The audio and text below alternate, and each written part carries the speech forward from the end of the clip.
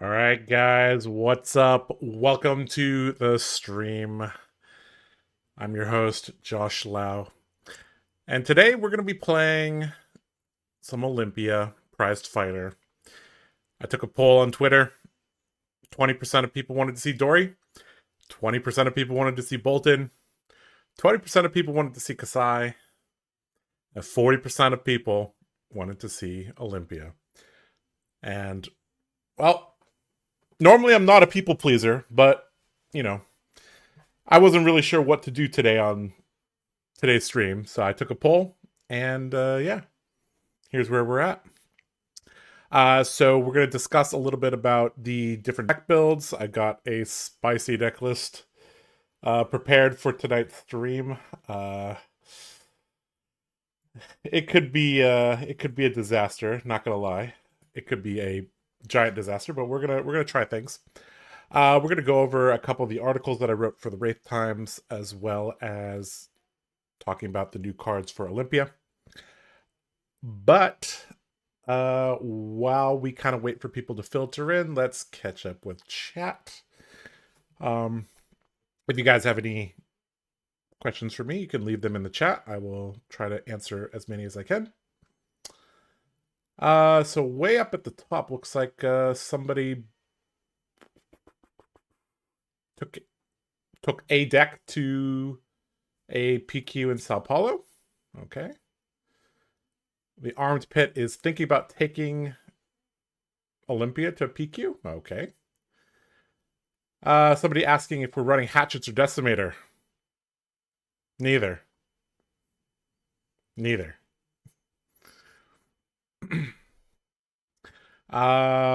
Decimator loses the purpose of the agility tokens. Yep, that's correct. It's a shame that all the wage attack actions are block 2s. Otherwise, I think the deck could be okay. I agree. However, if they printed 3 block 3 for 7s with upside at generic, that would be power creep, and that would also mess up draft, I think, quite a bit. Dynamo's too good to let go. I agree. Dynamos are pretty good. However, I do have to say that in general, people have been getting much, much better at dealing with dual wield and Dynamo. We've actually seen Dory and Kasai kind of a little bit less dominant than in week 1 and 2. What do you think of the new spec? We're going to go over that in a second. 3 Galeas. 3 Galeas may not be bad. We'll see. An extra grains. Yep, that could be good.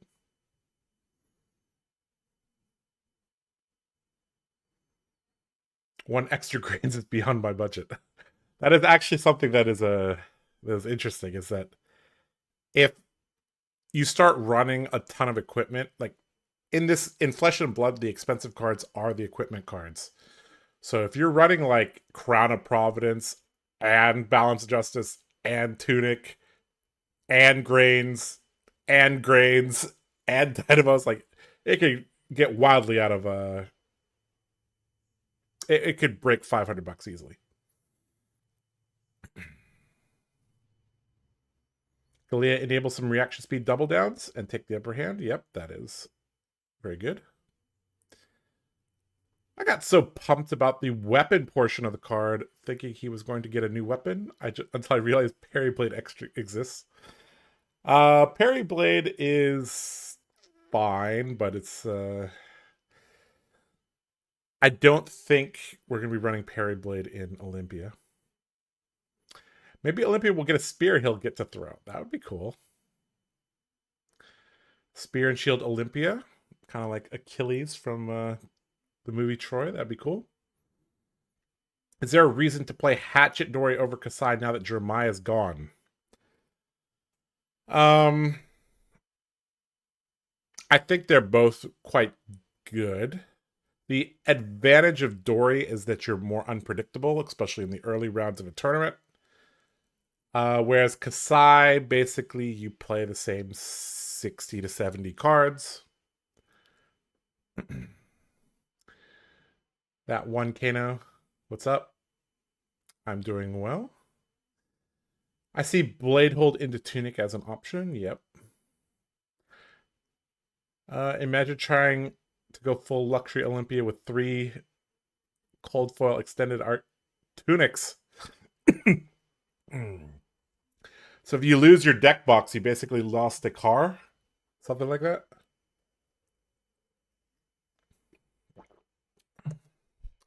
All right. Let's not waste any time. I don't normally I do a little normally I wait a couple minutes for people to file in, but I really want to get things going. So let's see if I can do this correctly. Okay, give me a second. Okay, let's see, switch this. Okay, there's a couple things we need to go through. Let's just start with this.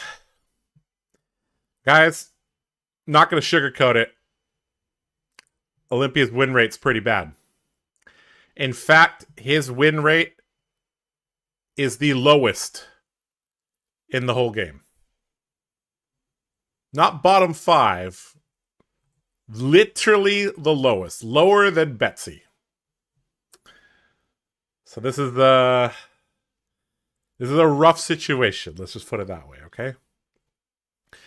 Now, I've been on the record and I've said multiple times that the reason why Olympia's win rate is low is because people are building him wrong. And we could go over here to fabtcg, one of the sponsors of TheCardGuyz. I also use this website quite a bit. We could take a look. For those of you who haven't used this website, basically they compile stats on decks.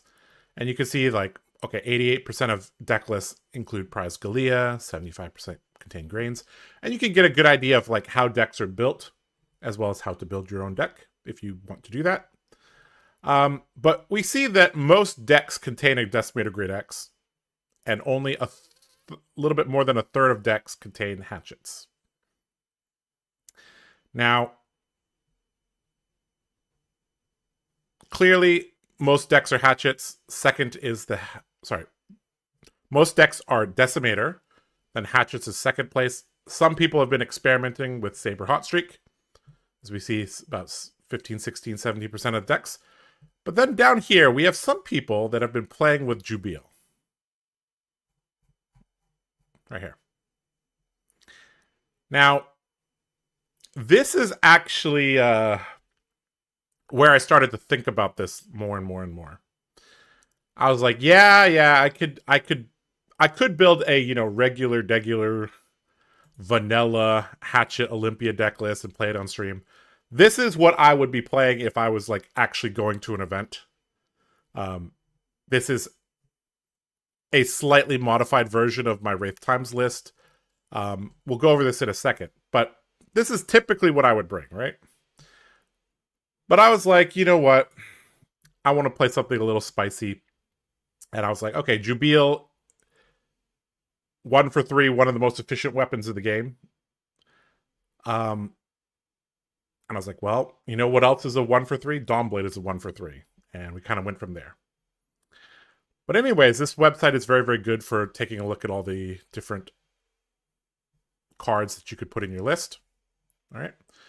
But the main thing is that most decks are built with the Decimator Great Axe, and I think that is just... I don't think that's very good, I'll be honest. And that's partly why we're seeing his win rate be so damn low. All right. I think if everybody was playing hatchets, this would be closer to 45 or 50%. But a lot of people are messing around with the Decimator Axe as their main strategy, which I think is wrong. Okay. Let's talk about the spoiler, and then we'll talk about my Wraith Times article. So, in Fabry, you can click on Part the Misspell here, and you can see all the beautiful cards that have been spoiled so far. This is probably my favorite so far. I think this looks damn cool. But in terms of specializations, we got visit the Golden Anvil. So this is the new Olympia specialization that's coming out in part the Misfail.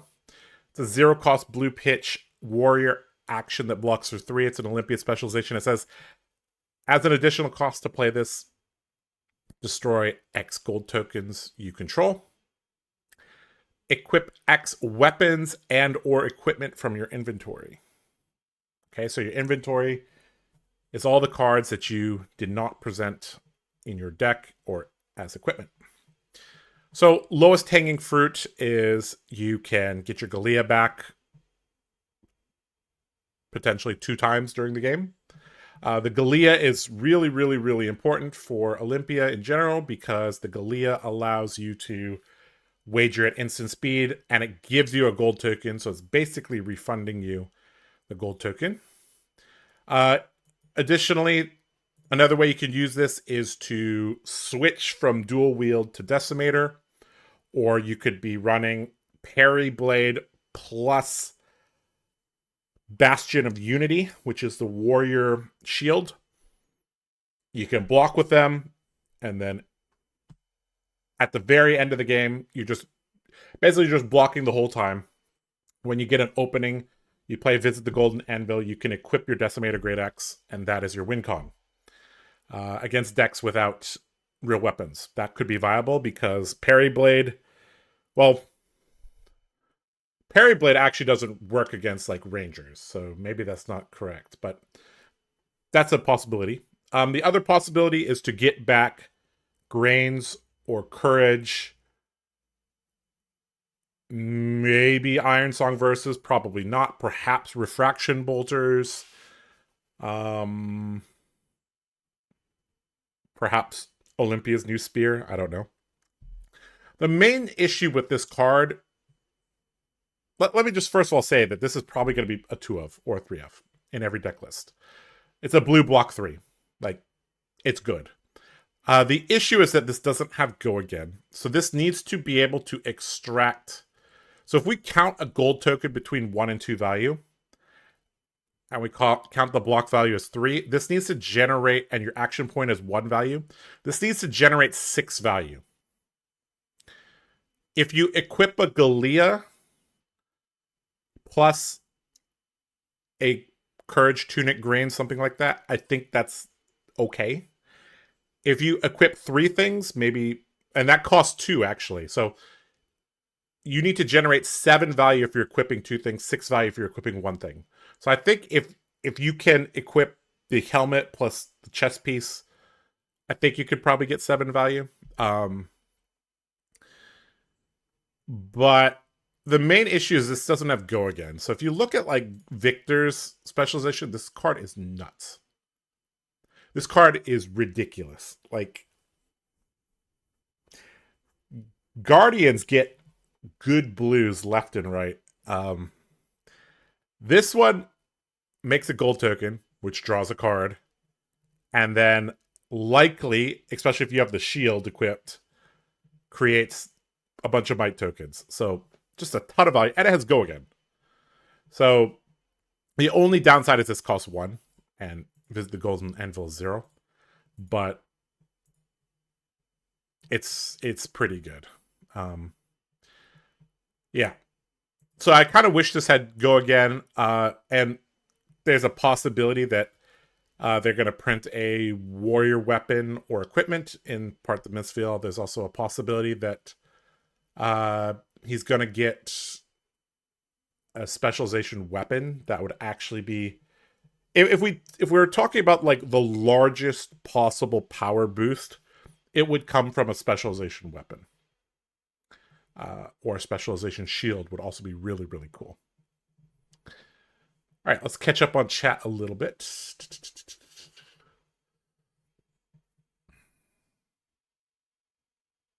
you think hatchets or swords Kasai is better? I think swords Kasai is better. The only reason you were running hatchets was to deal with Dromai. Lose your deck box more like lose your house down payment. Yeah, if you're running around with 3 extended art tunics, yeah. I'm playing Olympia at the moment. It's a fun hero. I agree. I have a ton of fun playing Olympia. So I'm very glad you guys voted for Olympia for tonight. Betsy getting hard carried by being a guardian, to be frank. Yeah, guardians do have that baseline. Olympia is so generic, but that's okay. He's a mysterious man. Like, we don't know much, like lore wise, we don't know much about him. Except that he is like undefeated in the arena and he has one of the coolest art pieces in the whole game. This in rainbow foil is one of the prettiest cards you're ever going to see because the blue strip is actually rainbow foil as well. Win rate lower than Betsy and Max? Yes. Olympia literally has the lowest win rate in the whole game. Josh still on Olympia, not surprised. Hey man, I can't control what the heart wants. Dawnblade could snowball though. It could. Dawnblade in this version is more just to make them block. Hey Josh, first time catching a stream. Well, thanks for joining, Purple Abbey. Axe is fun. Axe is definitely cooler. The hatchets and the great axe are both fine. I just think that the hatchets are more competitive. The great axe is, I don't know. If you build around the great axe, I feel like you have a lot of 2 blocks, and then it's kind of hard. Finally, a card for Mage Master Boots Olympia.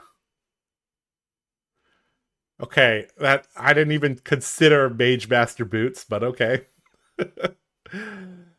I think Olympia is going to get a spear that he could throw. That'd be really cool. Olympia has the best drip in the game. It's up there. Yeah, I break my gold foil tunic. I got another one over here. PSA 10. PSA 10. PSA 10. Wait, it just replaces stuff, not empty slots? If you have... Let's see. So, I think how it works... So, when you equip... You can only equip something into a slot that is available. So, like, let's say you block with Parry Blade, it gets destroyed. You can equip something into that. Or if your shield blocks twice, or something with Temper blows up, or you use Galia's effect. Pretty sure it has to be empty, yep. He was talking about switching weapons, so I was questioning. Yes, the only weapon switching would be Parry Blade plus shield into Decimator at the moment. There is no weapon destruction that can hit a 2 or 3 power weapon. There's a possibility, there's an obscure possibility that if you're running the Quicksilver Dagger, it actually gets blown up by a Draconic hero. But that's very fringe. Just play Mage Master Boots and equip your new boots. Yes, you could. You could. The joke is Parry Blade or shields that you can block with to have empty hands. Yep. Who needs weapons? Parry Blade, cash out. Oh, right. You could cash out things. I forgot. Yes. That is a way to destroy your stuff. Cash out. Let's pull that card up. That's an obscure card. So if you guys remember the legend of Nick Knack Bric-a-Brac, I think it was related to this card.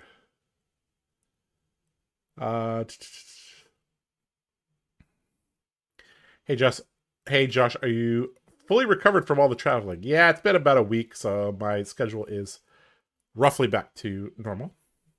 But, 12, 13 hour jet lag is significant. But gold generation is either wager, starting stake, crown royal, or performance bonus, or Olympia's hero ability. You get access to many grab-and-go equipment pieces. Up the ante is so gorgeous, I agree. As a longtime Riptider, I absolutely despise Great Axe. Well, I mean, I'll be frank, the warrior class without Great Axe would be extremely soft to Riptide. They often pump their attacks, and they often have go again on their attacks, so they would basically be triggering all the traps. One of the most miserable things that I've experienced was playing Bolton against Riptide. Like, everything in Bolton just triggers all the traps. In fact, the opponent can make it very easy to trigger the traps by blocking with an attack action. Your attack action goes up, and then, oh, now your traps are online. So, pretty brutal. Can you take a look at the list I'm running? Sure. You can message me on Discord. I'll look at it probably after the stream, though. You could run Fleet Boots, too. What in the world? Oh, the flat trackers. Yes. The bricks to make an agility? Sure, I guess. I mean, refraction bolters are just likely better, though. This card is also good for Shiana. Yep. Shiana is actually way more powerful than a lot of people give her credit for. In fact, I'd wager most people have not played against Shiana before. She's actually good fun. You could use cash out equipment, make silver, but it's not like that's going to happen. Yep. Knick-Knack Fatigue Chain. Best deck. Yeah. Somebody members.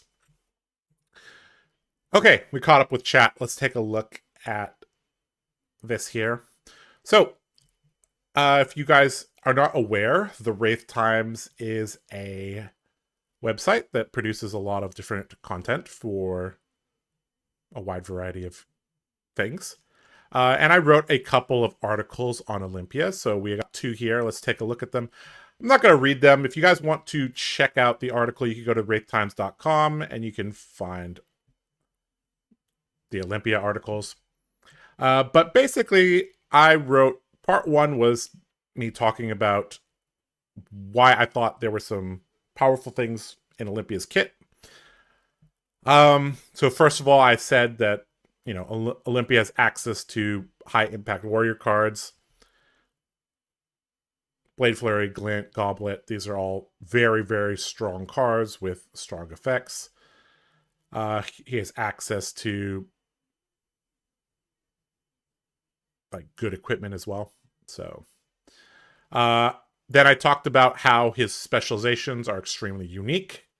So Prize Galea up the ante. So the unique thing about Olympia is that he can wager at reaction speed, which he is the only hero in the game that is able to do that.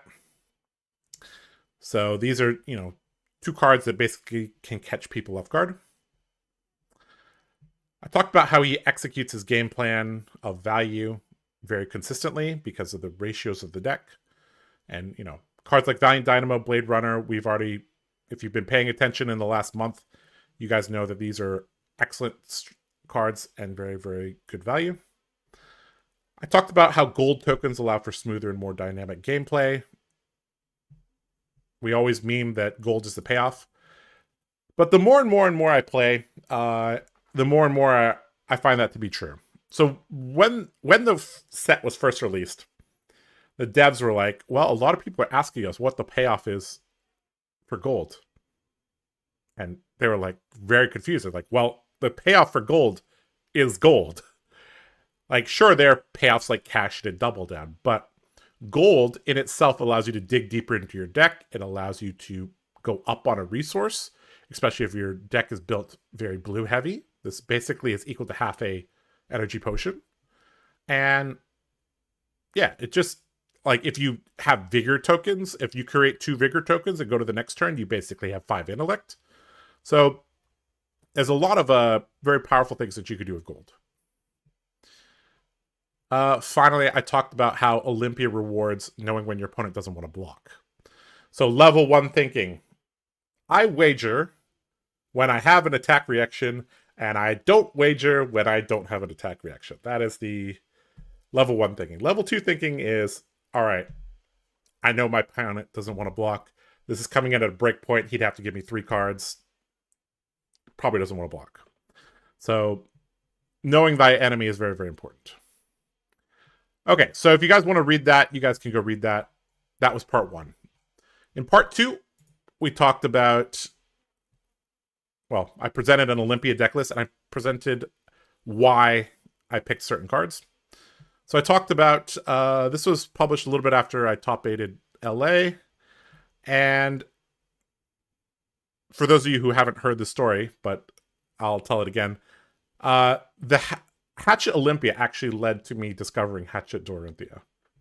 So I have a lot of fondness for this deck.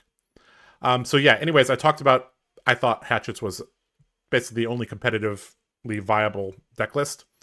And I talked about different ratios. So we run 8 of these non-attack action wager cards. We do run some blues, but obviously you don't want to be playing your blues. We run Edge Ahead, 3 of, Hold'em, 3 of, Money Where Your Mouth Is. Do they have the deck list? Yeah, there's a deck list link here. Let's, I guess we can open it and take a look. So this is the deck list for you guys if you guys want to check it out. I think I played something very, very similar to this on stream. So we have 8 non-attack action wager cards. We also have enough attack reacts to get over and make sure that we can win our wagers.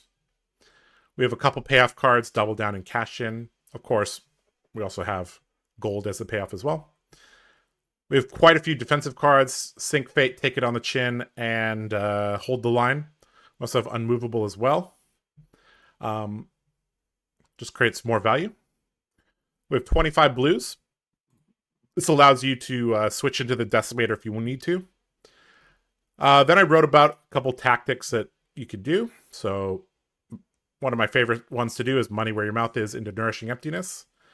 9 Dominate on hit 2 gold is pretty good. On hit +1 intellect. I talked about how you can use Double Down and Prize Galea to add +3 at reaction speed. That's quite good. Talked about how if you have 2 Vigor tokens and an Agility token, you can basically extract a ton of value from your hand because you can block, including your boots. So you can block 13 and then attack for 2 +3 and then reset. So you get like 18, 19 value. Very, very nice. I talk about how you need to set up Spill Blood. Generally, you will set that up with a Vigor token. Finally, I talk about Up the Ante and how it's ridiculous. This is also the card that you need to pitch stack blues around if you're doing that late game. Talk about a little bit of strategy, like how long you want the game to last, that you shouldn't just be hoarding your gold, and that you need to understand how to play offense and defense. So yeah, if you guys want to read that, this is available on the Wraith Times. So yeah. All right. So, and again, there's a deck list link as well. So, all right. So I think we've talked about everything. I think I have teased you guys enough. Let's talk about this monstrosity of a deck list. Now, I'll be blunt. I don't know if this is any good, but we're going to have a lot of fun. This is a Dawnblade focused Olympia deck list. Now, I'm just going to scroll through this, let you guys get a good look of this. You're going to notice that this deck list looks very, very different than pretty much any deck list you've probably ever seen, unless you're a extremely old school Warrior player. Now, 3 years ago, when I was learning the game, over 3 years ago at this time, there was a Dorinthia build that I experimented with that involved this card. Okay. This is an old school card, as old school as they come. This was from WTR, and it basically was Warrior's version of Snatch. 1 cost warrior action, sorry, not attack action, that blocks for 3. It says your next weapon attack this turn It's +3 power. And if this hits and you have no cards in your arsenal, reveal the top card of your deck. If it is an action card, put it face down in your arsenal. So, essentially, this is draw a card in draft. But not essentially. It's about 50 to 60% of the time in WTR draft, this was draw a card. And this card saw basically no play except for like a week when I was in Hong Kong playing Blitz. I experimented with a Dorinthia deck that only had Singing Steelblade and Iron Song response. So it didn't have Stroke Foresight, didn't have Out for Blood, didn't have Twitting Blade, it didn't have Overpower, it didn't have Route. It was basically a action-focused deck, and it was bad. It was pretty bad. But now they've printed, several cards. Let me talk about the theory behind this deck list, because the theory behind this deck list is that Dawnblade and Jubil are the most efficient weapons in the whole game. They are a 1 cost, 3 power. And you have 2 starts in play, stays in play, 3, actually 4. All of your equipment has an effect that puts extra pressure on them. Galea says, all right, if you don't block my Dawnblade, I could just start getting gold. You don't block my Dawnblade, okay, I can get go again, and now I'm threatening a counter. You don't block my Dawnblade, okay, sweet, I get a Grains token, or I get a Vigor token. You don't block my Dawnblade, and I activated Iron Song Versus, sweet, I get a Courage token. So all 4 of these equipment pieces synergize nicely with this 1 cost weapon.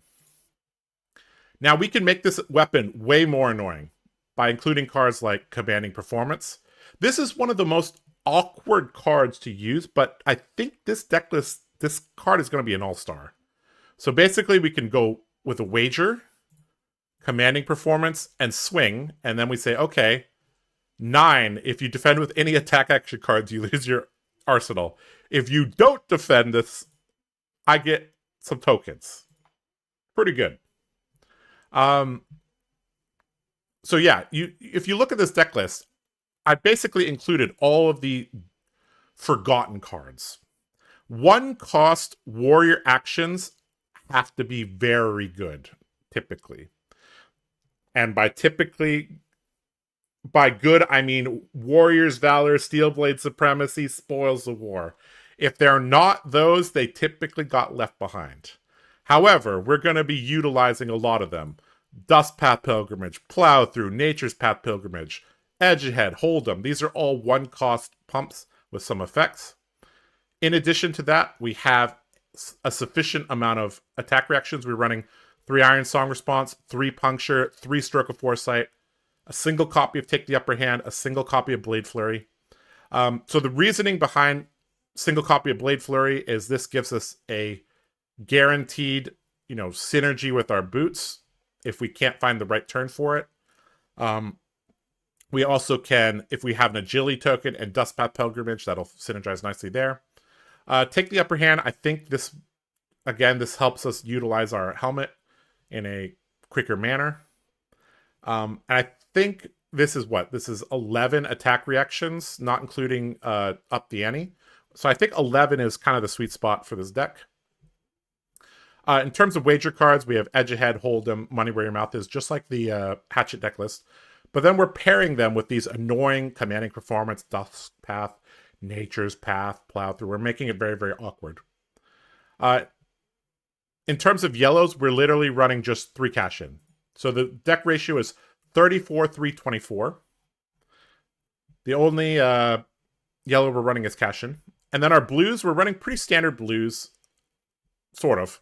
We're running basically, if the red is good enough, the blue is good enough, because we want a density for the Nature's Path Pilgrimage. And then we basically run Emboldened Blade because it's a strong action that we're fine to draw. Hold the Line, I think, is just good in this metagame, and Up the Ante is our specialization. Obviously, we're going to play it. The only card that I haven't really talked about, I guess, so we haven't talked about Nourishing, but I did mention Nourishing plus Money Where Your Mouth Is a nice combo, is these 2 copies of Slap Happy. I don't know if this is any good, but I'm going to try it out. I think the Vigor token could smooth out some hands.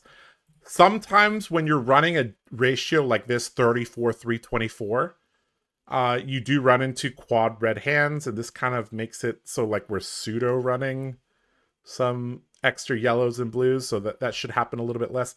Also, we're totally fine to just block our whole hand and then attack with the Dawn Blade for 1. I think that is not bad.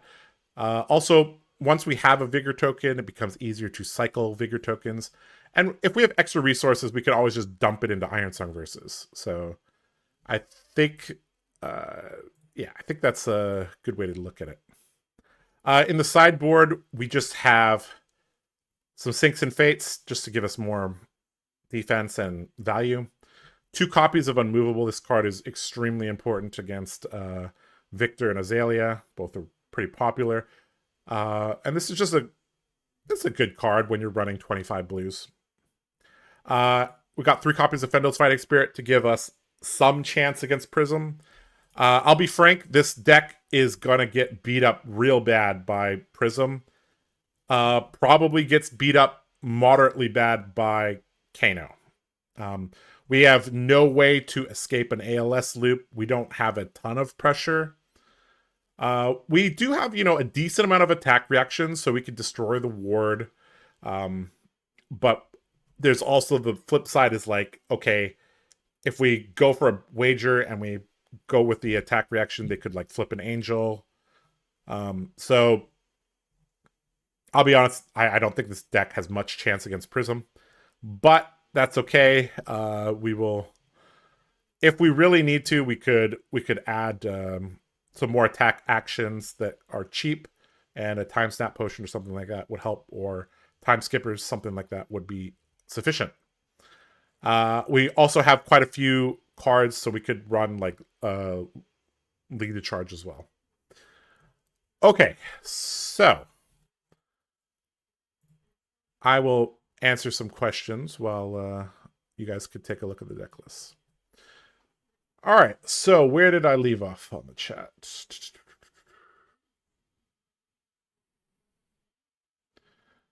Bolted into Riptide sounds like a terrible time. Yep. Well, Joshua, we don't have a lot going for us to begin with. Are you talking about Olympia? I wish there was a generic card that is basically currency converter, where you turn the number of value of copper, silver, gold, and convert it up or down into other tokens. Okay, do they take a commission? Level 3 is making your opponent think you need to win the wager, and they block. I like that. I like that. No way, Nature's Path. That's epic. Yeah, Nature's Path Pilgrimage, really old school card. How do you attack twice? There's only one way with Dustpath Pilgrimage. So basically the boots, basically the first time we have a Dusk Path plus attack react, we probably just go for it.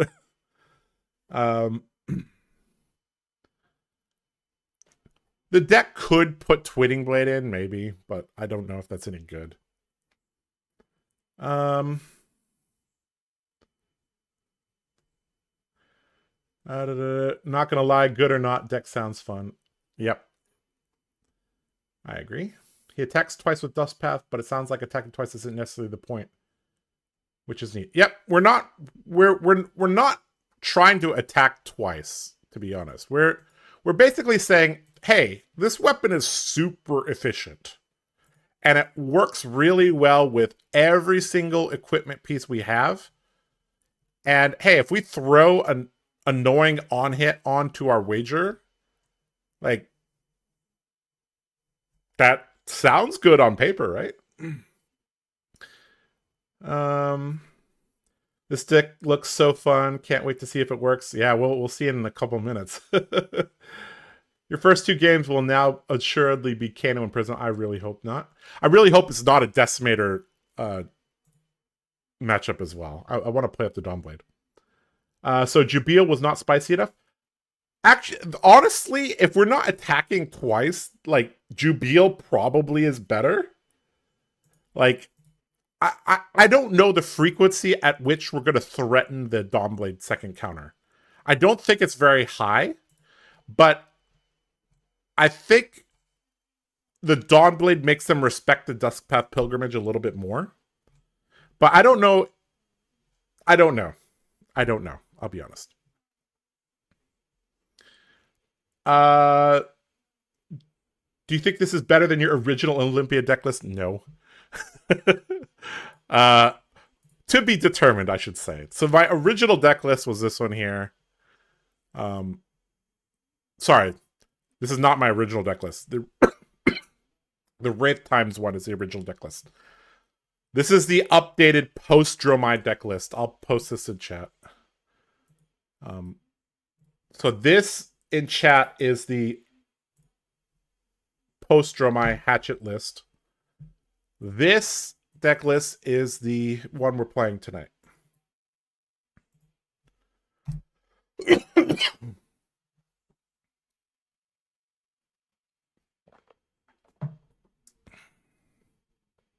Why not just play Jubil? Definitely there is an argument to just playing Jubil. If we are not reliably threatening the second the Dawnblade counter, I think we should just be playing Jubil. Does the spoiled spec help here at all? No, it does not. Seems like not enough reason to be playing Olympia here, perhaps. I would want to double down, I think. I don't know if straight up gold plus cash in is enough. So double down is in my other list. I think it's not too bad. But we'll see. We'll see if cash in plus the actual gold is enough. I don't know. If you get and keep a counter, I'll play this at Armory. Oh man. I don't know if I'm gonna be able to get a counter, guys. That's our goal today, is to get a counter on Dawnblade in Olympia. You think about how hard is it to get a counter on Dawnblade? We need Go Again, and we need a Duskpath Pilgrimage or a Twinning Blade. This list doesn't run Twinning Blade, so literally we're relying on this card. So the first time we see Duskpath Pilgrimage, we basically need to go for it, I think. Because these bolters will literally do nothing if we don't have this card. Because we don't run any... We have Fendel's Fighting Spirit, but we're not running that. Yeah, literally... The only other play is Dawnblade, Break Boots into Nourishing. So, yeah. There's... Duskpath and Nourishing is the only reason we're running bolters. So, all right, guys, it is time for a game. Let's see if this is a complete disaster or not.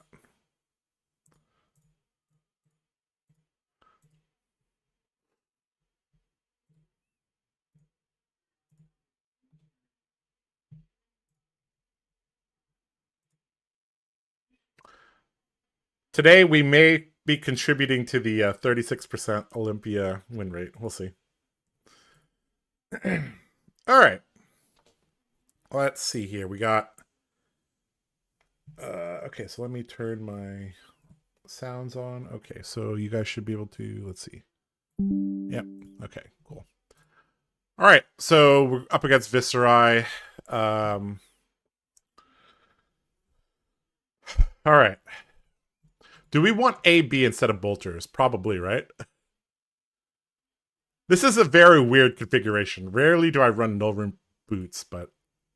3 armor and Nullroom, but I think that's the correct decision here. Do we want our defensive cards against Viscerai? Probably not, because they could be a OTK deck, and then we'd be just sitting on our D-Reacts. So I think we'll just run... We might not even run the slap happy. Let's run a clean 60 into them and see how that goes. All right. Good luck. Have fun. All right, here we go. Let's see if we can do something here. Oh boy. Well, good thing we have no rune. Bloodied Oval Viscerai. Man, oh man. War or peace? Well, I mean, this hand completely sucks. I mean, I guess we have to choose war, but we're not happy with it. All right, this hand is complete garbage. Holy crap. We can't even activate Ironsong Versus. Jeez, Warmonger screwed us hard. Like, Viscerai running Warmongers is already surprising. I don't know what to say. Okay, let's see. Which card do we want in our arsenal? Probably the cash-in. And I guess we'll just pitch the hold the line because they're least likely to... They're not very likely to draw 2 cards.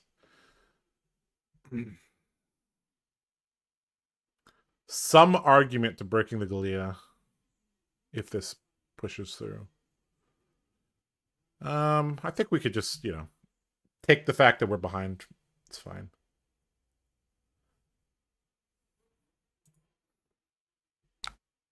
All right. Sure. All right, well, Arsenal on the cash-in. Our opponent said, "Oh crap, Dawnblade!" Exclamation question mark. I just typed LOL smiley face.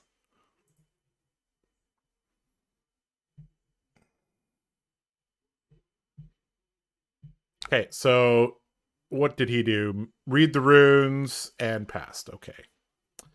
All right, so we have an edge ahead, which is good. None of these are likely to hit. But I think we just play them all out. All right, so Ironsong Versus. We'll play the edge ahead. We'll play the Hold'em. And we will swing, pitching this. We will wager it. And if this is a defensive Viscerai deck that has D-Reacts, we're pretty screwed, I think. But we'll try our best.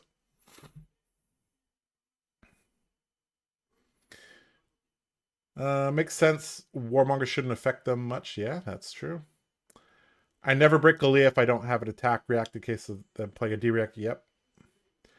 And the odds of them having one is pretty high. I agree. What in the world is this? Slogism? This is a WTR throwback day for sure. All right, so he wins the wager. What the heck am I watching? What is this madness? I don't know. If you're a little late, you missed the deck tech.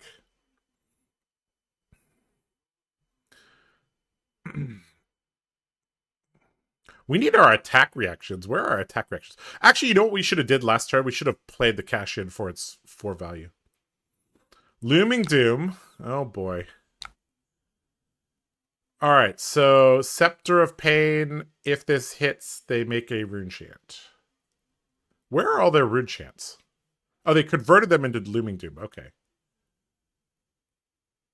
Okay, so... Okay, he undid his turn. Okay. Sonata grabbed Looming Doom. Looming Doom grasp into Scepter. That's what he's doing, right? No, he's just passing. Looming Doom, total damage 2. Choose a pitch to Arcane Barrier. Okay, so we're just going to be taking 2 a bunch because we... I think we're going to hard cast. We're going to hard cast the cash-in. We're going to pitch these.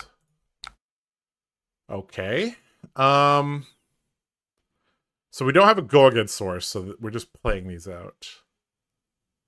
And we can arsenal the plow through, I guess, would be fine.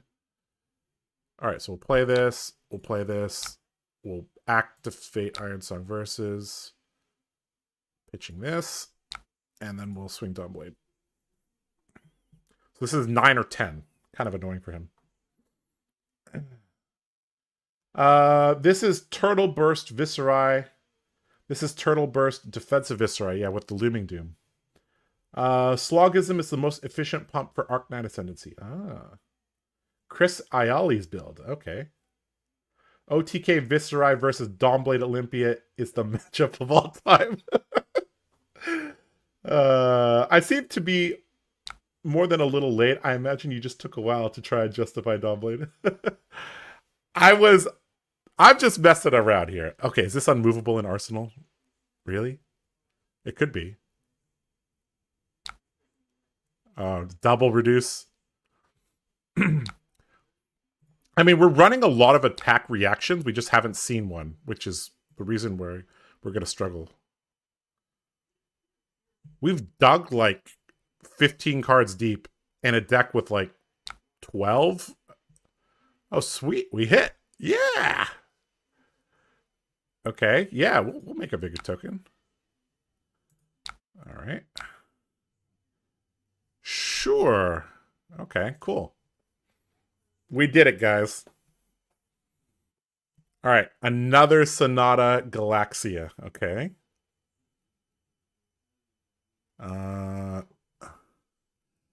So he's going to get another Runeblade Aura.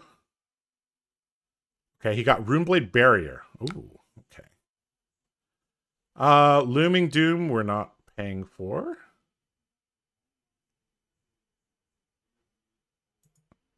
All right, so we're just ripping this, right? We're playing everything. All right. So commanding performance, edge ahead, nature's path pilgrimage. Swing. Do we want to wager it? Do we want an agility token? Yeah, we want an agility token. Maybe we'll draw a dust path, and we need our gold, so. 13. If you defend with the action card, attack action card, your arsenal's blown up. Oh boy. Okay, a bunch of armor committed. All right. Ooh, but I'm lower life, so this doesn't even work. This doesn't work. Sweet. Do we win the wager? Looks like we win the wager. Okay, so crown activation could get his arsenal. Oh, this is commanding performance isn't going to blow anything up. All right, so he's going to take 5. Okay, Fate Foreseen from Arsenal. Okay, taking 1.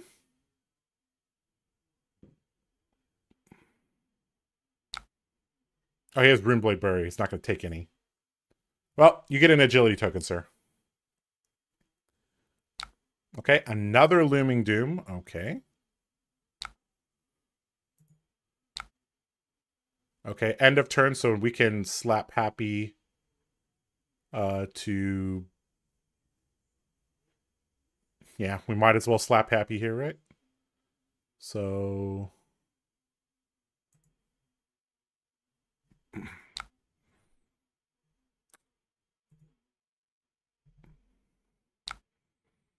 Second Looming Doom triggers, and...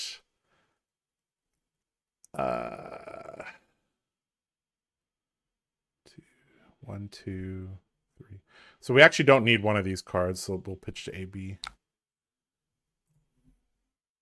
I feel like we haven't hit any of our attack reactions. What is going on? Very weird. Okay, let's just play all this out, I think. We'll go with the Iron Song versus activation and Dawnblade. How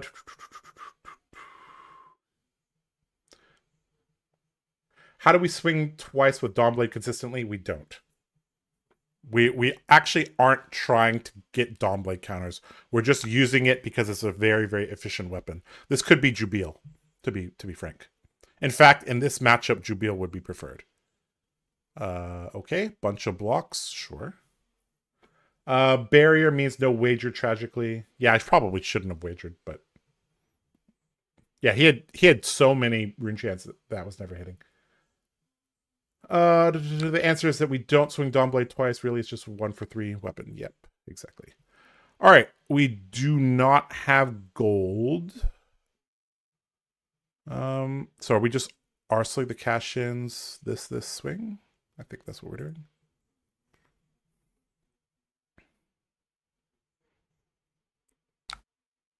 Okay, so we're getting chipped down by these looming dooms. Kind of annoying. All right, so just hold him into hold him. I'm wondering what's with what's with the RNG. Like, it's turn 7 and we haven't seen an attack reaction.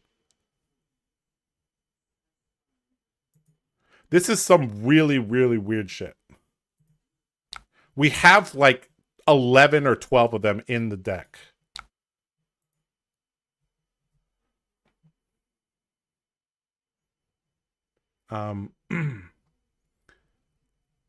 Wasn't our goal to get one on counter on Dawnblade? Yes, we're gonna try. Doesn't mean we're gonna succeed, but we're gonna try. Is there a reason we didn't arsenal the red dust path? I'll be honest, I'm probably gonna misplay a lot piloting this deck for the first time. Right now I'm playing this kind of like the first time you're playing a ranger. You're just kind of like, oh, play my cards, even though they're not they may not be the optimal way to play them. Our opponent is trying to style on us with Looming Doom. All right, pretty bold of them trying to style on Dawnblade Olympia. Yeah, we need our attack react. Oh, there we go. We have an attack reaction, but we don't have a way to wager. That's the annoying thing. So we actually can't play. Let's see. 1, 2, 3. Yeah, okay. So actually this works. We'll brick the Galea and we'll have 6 pump. We're gonna lose the 2 value, but whatever. We need some gold to start our cash-ins. Okay, we're not gonna pitch to Looming Doom.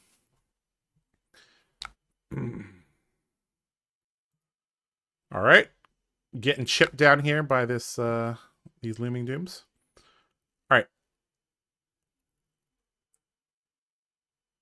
All right, Nature's Path. Pitch this. All right, so we finally got our attack reactions. Hopefully he doesn't have 2 D-reacts in his hand. That would be unfortunate. He definitely has 6 and Fates in his deck list. I could have sworn I saw it reduced to Rune Chant too, but I guess I might be crazy. Oh, there we go, yeah. No blocks, really. Okay, we'll brick the Galea.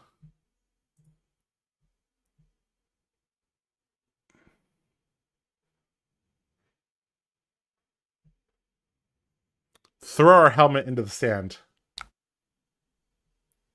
Now we can wager. Now that we're wagering, we can play take the upper hand. This will pump to 9.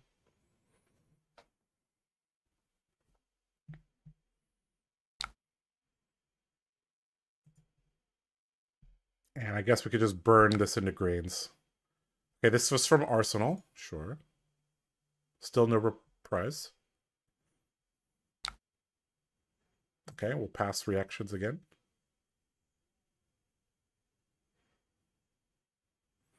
Okay, this was from hand.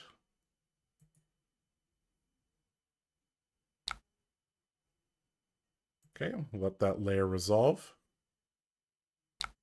Okay, now we can play Iron Song Response.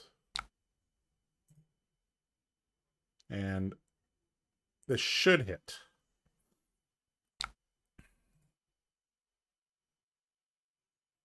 Unless he has 2 D-Reacts in hand, which would be nuts.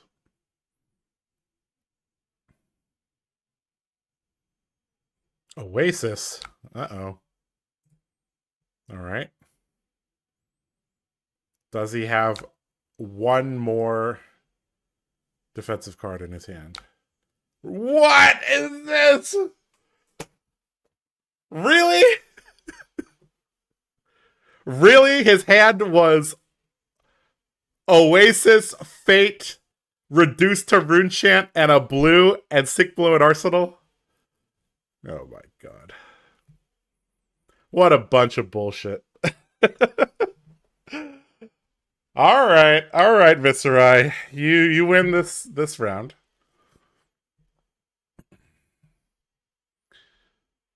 He's a gold token too. Damn, he got a gold token from my Galea. That's rare. Every single time I break Galea, I almost always win. Alright. We drew 4 reds. Ew. I think we just lose from here, right, guys? He's just better. This hand is so garbage. Alright, I guess we'll pitch into Arcane Barrier. What do we want to send to the bottom? We'll send an attack react to the bottom. And the other Looming Doom will just pitch for it.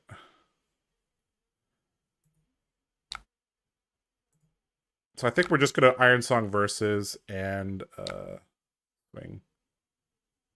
So this would be great. Like, if he draws another hand with a bajillion D-Reacts, that would be good.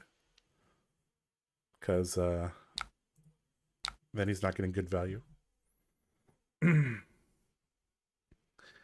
Gotta win the wagers with Galea. Yeah, I was trying. Any thoughts to run Iron Song Determination? In a dual wield deck, perhaps. In a single wield deck, no. Soul must hate you, Josh. I guess Olympia is just not filled with the light like the other warriors. That first cycle pitch deck, yeah. Fun gameplay right here and now. That's what we're going for. Oh, over pitching or over blocking. Interesting. Why would you be over blocking? Surrender to the superior being. Well, we're really not doing what our deck wants to do because he has like 18,000 D-Reacts. Yeah, not sure what you could do at this point. Yeah, this could be just like Prism. Like, if we run into Viscerai, we're just screwed. Oh, sorry. All right. Okay, another cash-in shows up. We have to go with War. And we could pitch the cash-in for the Looming Dooms, and at least we can sort of do something.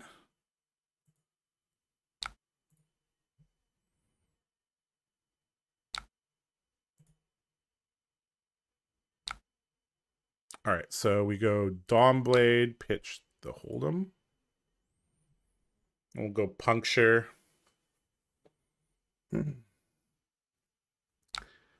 They might have been answered before, but why Dawnblade? This could be Jubil.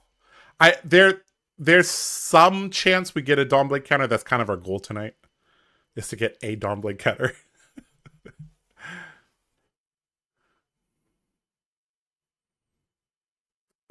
Basically, Jubil is probably better, but Dawnblade, you know, has some use.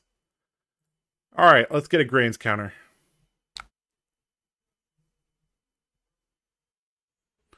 Let's not get a Grains counter.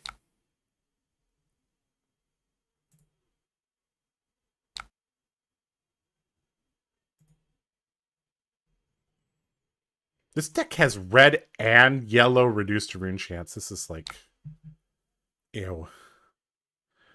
All right. Okay, we got a wager and attack reaction. This is as good as it gets. So let's pitch into. Let's have her up the ante for second cycle, I guess.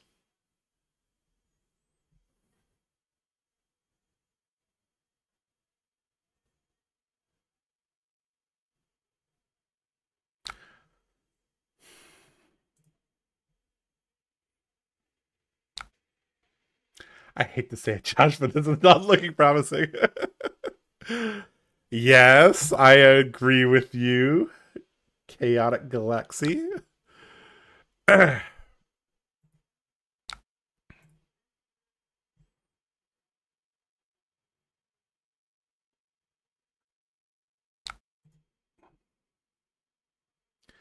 All right, let's wager this. See if we could win a wager for once in 11 turns.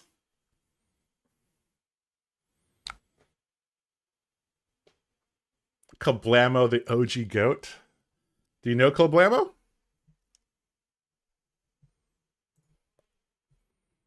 All right, Stroke of Foresight, old school card.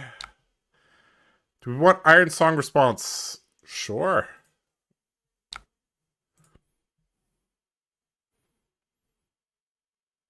Do you have a D-React? Of course you do. Oh, baby, Dawnblade Olympia. Yep. Dawnblade Olympia, let's go. Well, we're currently not going anywhere. We're running into a brick wall of defensive reactions. Ironic EX donated $4.99. Normally save super chats for VTubers, but oof, dude, my condolences. F's in chat. It's not over yet. This Emboldened Blade is likely to hit something, actually. If he arsenals a defensive card. Blessing of the Occult. Oh, man. Okay. All right, so we have to... Do we have to keep these cards? Do we want to pitch the Emboldened Blade, or do we want to try to blow up a D-React? What's the chance he moves a D-React into Arsenal here? I guess we have to calculate that. It's pretty high. It's moderately high. Let's see if we can blow it up with Emboldened Blade. So we won't pitch to this. It's going to take 4 here. All right, sorry, only take 2. All right, so Emboldened Blade. Let's see if we could hit a D-React. All right, Emboldened Blade. Go get us a D-React. No, it's a Mordred Tide. Okay. Fine. We will just Nature's Path. Iron Song versus and swing. Sad day. I think we also arsenaled the wrong card. This card is never being played. Okay, take 6.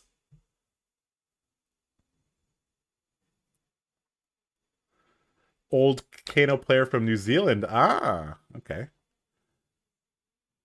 Do we want to make a Vigor token? Yes.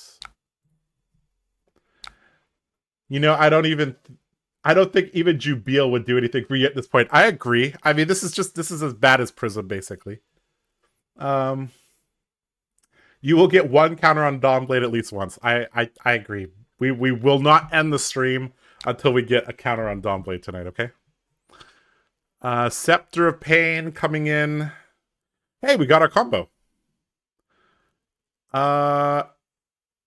Unfortunately, this is not a warrior tech, so it doesn't work on that.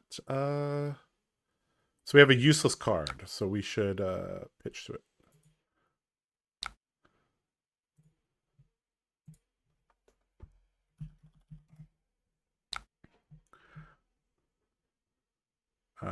Okay, 0 to that. All right, we're going to get to do something kind of cool.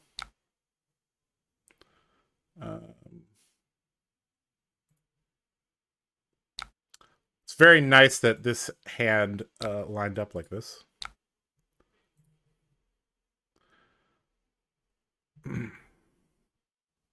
So this is going to hit because he doesn't run unmovable. I think we're supposed to arsenal a pump and attempt to get over the top. Yeah. I thought this was... I thought there was going to be a chance that we actually get gold. But we haven't won a single wager in 13 turns. That's the issue. This is the first one we're going to win.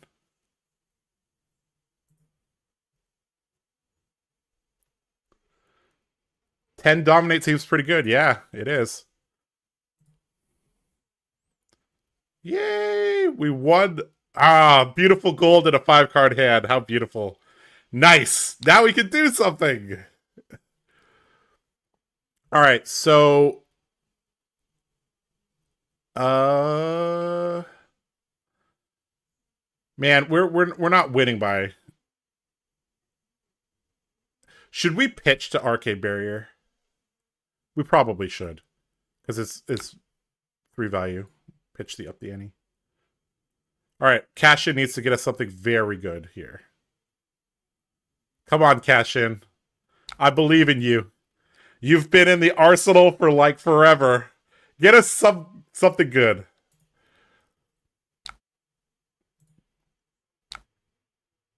Okay. All right, so guys, we have a 6-card hand. Look at this. Pretty nice. We would have had a 7-card hand if we didn't have to pitch. All right, so now what do we do? Do we... I mean, we have to go for the emboldened. Well, let's just dig deeper. Are we looking for a go again? Do we even have a go again in our deck list? I don't think we do. All right, I think this might be a D-React. Let's try to blow it up with a Boulder Blade. It is not. Damn. Okay. We need 1, 2, 3, 4, 5. So if we play everything out, so let's do that. I think we're gonna die to these bajillion rune chants next turn though.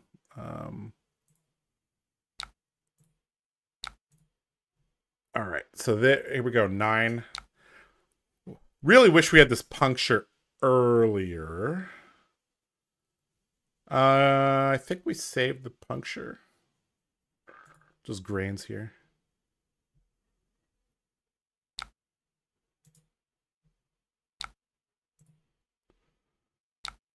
Okay. So now a bunch of rune chants are coming. We only have 1 blue. Ew. Slogism into... This is going to go find... Oh. Find Runeblade Barrier. Okay. All right, here comes all the rune chants. How many rune chants are there? 21. Holy shit. All right, we're going to pitch to, I guess, what we can. This is coming in for, what, 10 physical? So we just don't block the rune chants.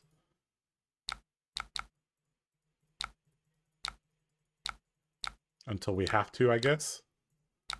Oh, we're so dead. Yep. We're so dead. That's way too many rune chants. And I overclicked anyways. Well, F's in the chat, guys. All right. Well, that's not a matchup we wanted to see. Let's try again. All right. For those of you just joining us, this is the list we're playing. The reason we're playing Dawnblade is we're trying to pair up some of these unique 1-cost attack actions like Nature's Path, Dust Path, Commanding Performance, coupling them with cards like Edgehead, supporting them with cards like Puncture, Stroke of Foresight, Iron Song Response. And we have a sufficient amount of blues that the deck is smooth. All right, try again.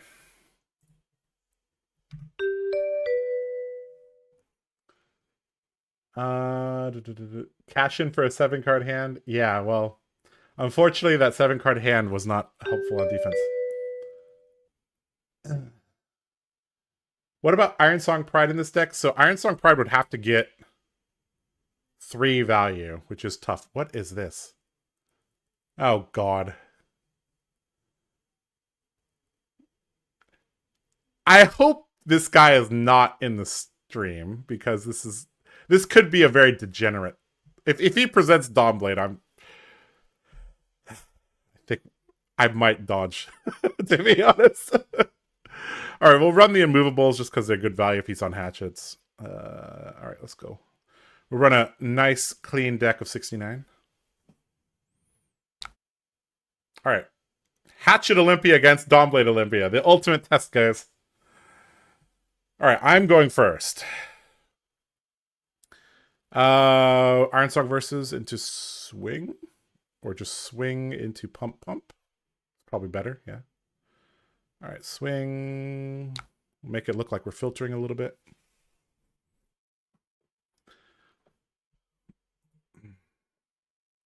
Why play Duskpath if you aren't including Go Again? We have Go Again on the boots. I think we're supposed to be playing Bolters in every matchup just to be able to threaten the counter. Maybe No Ring Gloves instead. Definitely could be better. Yeah. Why do you do that to yourself? My opponent asks. I'm gonna act dumb. Do what? He enabled chat just to dump on my weapon choice. Dawnblade, he says. I'm gonna act dumb again. What's wrong with Dawnblade in Olympia? Blocks for 6 here. Nope, just 3. Okay. Well, that is wrong because now you're going to get punished.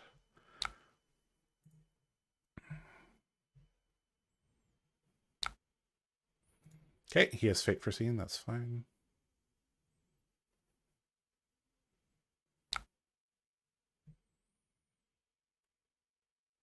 All right, Vercurio, you just shit on my weapon choice. Now you have to win this, or you look extra clowny. I don't know. It feels wrong. He says. Plow through as a blue. Do we want a blue? Sure, we want a blue. Why not?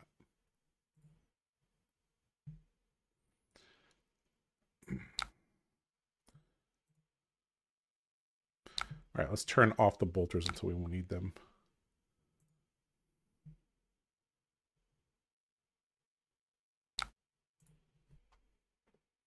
I wish more Olympias could run down, but not out. That card is so much fun. Yeah, it's a good card.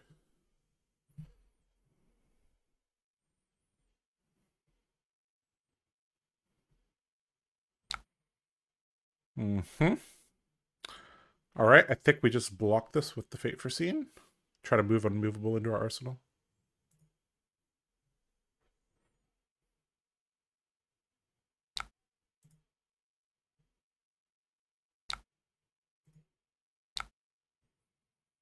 Nature's Path.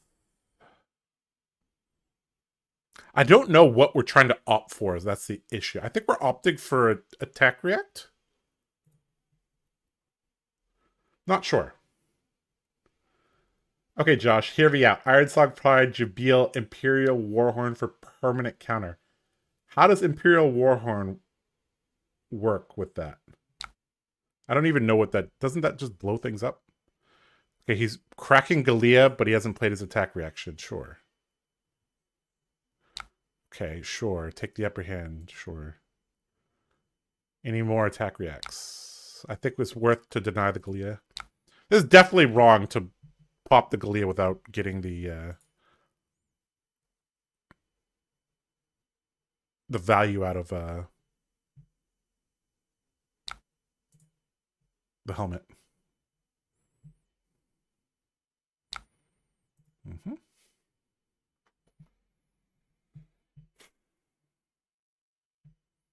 right, this is threatening copper. We want to deny that. I think we're just going to Ironsong versus Swing. We could also just cash in as well. We could get a decent 2-card hand. It's probably better. Let's do that.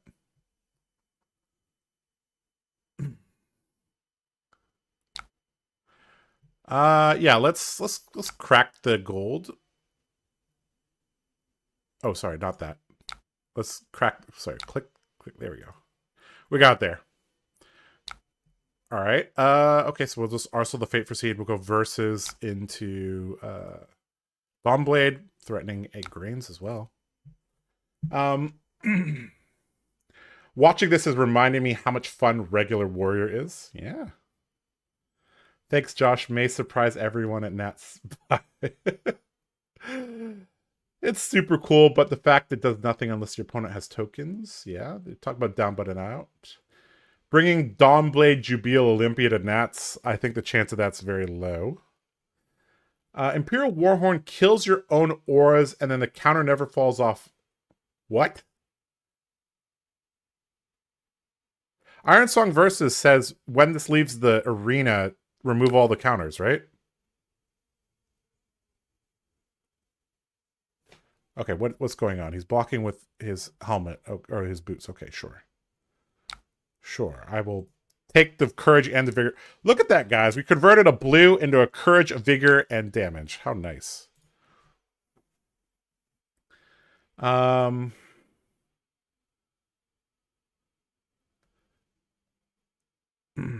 Song Pride removes counter whenever it leaves. Yeah. Having a good day. Thanks for asking. It 100% falls off. We troll into what? The only way to keep counters permanently is with Glistening Steelblade on Dawnblade Resplendent. That's the only way to permanently put counters on a weapon. All right, so what do we have from our opponent? So this is going to be a Dynamo reset. So what are we going for? We don't have an attack react, so this is like I less incentivized to play these. I think we want to block the second attack. Yeah, let's block the second attack. If he Blade Flurries, I'll cover it up with a Fate Foreseen. Okay, Blue Blade Runner. That's the weakest of them all. Sure. Okay, does he pour resources into Grains? He does. So he didn't Bracer. Interesting. So I think we could just block with one of these and just play these out. And I think we're not going to wager. We're just going to extract 9 value from this. 10, I guess, with Iron Song Versus. Because we have a Vigor and a Courage. It's interesting. We could... So we have an extra resource. We either put it into Grains or we put it into Versus. I think we put it into Versus is better. It's close. I'm not exactly sure. Huh. What do you guys think? Do you think, like, if I have Pump Dawnblade and an extra resource, do I try to let it hit into Grains, or do I, give him information with Versus? Maybe withholding the information was better. I'm not sure.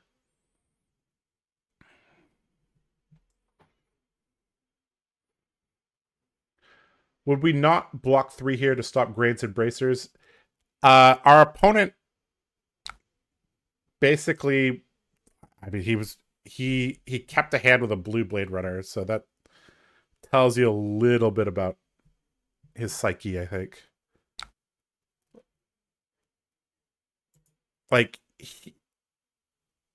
his last hand was very clunky, but it looked scary because he had a lot of cards, but it was not scary. All right, we're going to get a Courage token. Sweet. If we... Oh, we actually had the opportunity to go... no, we didn't have... we had a Dust Path. So we could have hit twice with the boots if we had a resource. So that was actually the fourth possibility, or the third possibility. We could use the extra resources for Versus. You could use the extra resource for Grains. Could have used the extra resource for Galea, or we could have used the extra resource to swing Dawnblade again. But I like that a little bit better when I have a attack react in Arsenal. Okay, so just a naked swing. This doesn't even have go again at the moment, so I think we're just play the Sink Blow from hand here. Yep. Okay, so the next one's going to come in for 6-8, so we're going to want to cover that up a bit. All right, let's try to sink our blue into something better. Put the pile through on the bottom, I guess. Okay, that's not too bad. Sure. Not sure why he's Iron Song responsing this. This is better in Arsenal. Sure, we'll take 3. Why not? All right, our turn is just playing these out. This would be a lot more annoying if he didn't have Dynamos, but he does. I don't even know if I want to play my Fate Foreseen. I guess I do because there's a chance Nature's Path hits. And I guess we could just prep for our Galea or Bolter's turn. So we'll block with the Fate Foreseen and we'll play these out and see if we can. But everything is going to be face up if we do that. I guess it's fine. We can opt for our Nature's Path as well. So this is not an action card, so we'll send this to the bottom. Just in case our opponent wants to keep his hand. We're basically giving him the option to do so. Do we wager this? No, we don't. But we are threatening the Nature's Path. So 3 cards plus Dynamos would cover this up. I think that's what he's going to do. Or 2 cards plus a direct, sure. All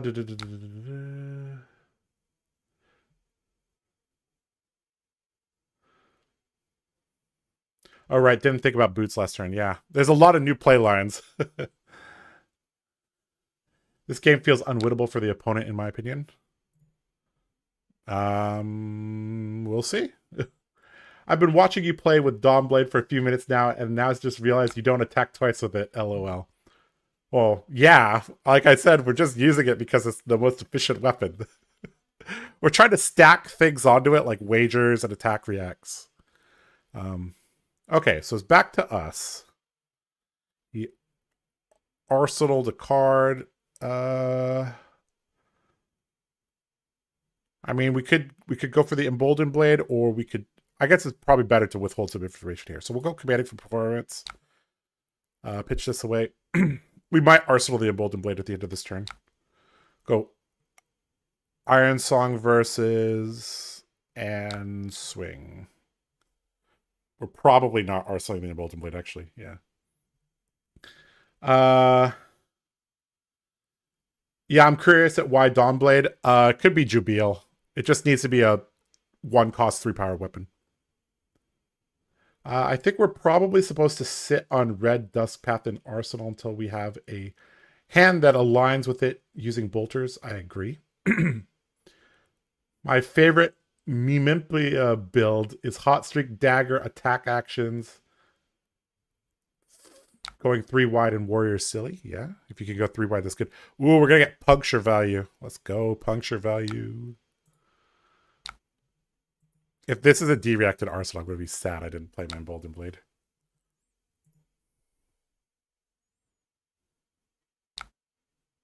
Nope, from hand. Okay. Sure.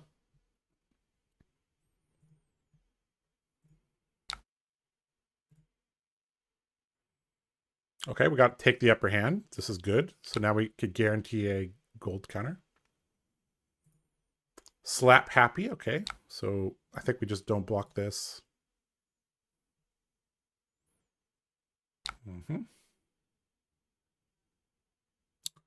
Okay. Do we want the Slap Happy and Arsenal? We're not he's not getting any value unless this is a blue, in which case he can get value off of this. If this is a red, he wants to Arsenal.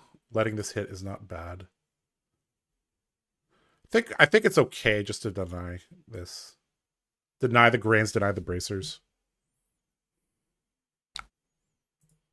I think we shouldn't be too attached to things in Arsenal, or to having an Arsenal. That's something I've kind of noticed with Olympia is like we don't really care what's in. We don't really care about having an Arsenal or not having an Arsenal. Okay, so with a Vigor token, we could go versus swing, puncture with Galea, take the upper hand. Sweet. Is this an upside down world, Olympia? I'm just testing and messing around. Smiley face.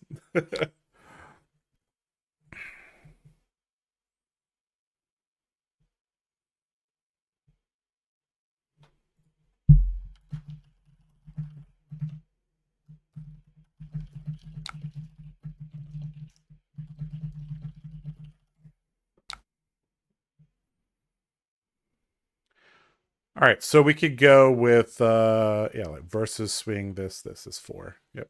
So let's go for that. We're gonna break our Galia this turn. Start that gold generation so we can prep for the other cash-ins.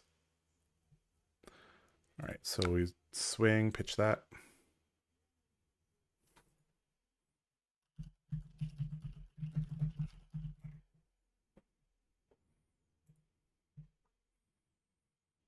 Mm-hmm.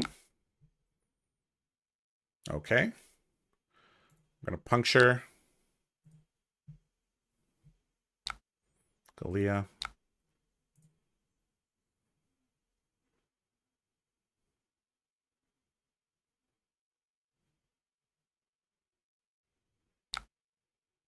We don't even need to play this right now, do we?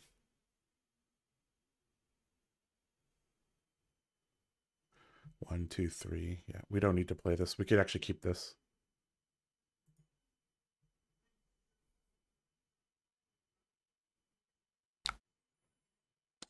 We're not going to pay for vigor. Going to generate a courage. Going to generate 2 gold. Gonna arsenal. Take the upper hand. This is such a cool equipment piece. I really like this. It's so much cooler than Crown of Dominion. You work for your gold instead of just being given it. Okay, so we don't have a wager card. We have take the. Oh, we have up the ante. I guess we technically have a wager card. Let's see here. So many cards in hand. Opponent says, "Give me one of those golds." You gotta work for it, bro. Okay, so I'm gonna block with. Let's see. 2 block.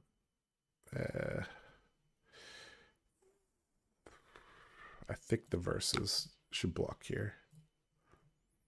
There's an argument to just using the hold the line as well.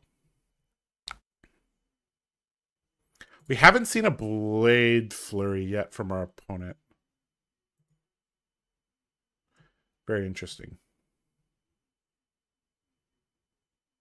Okay, so now I presume his wager is going to come now.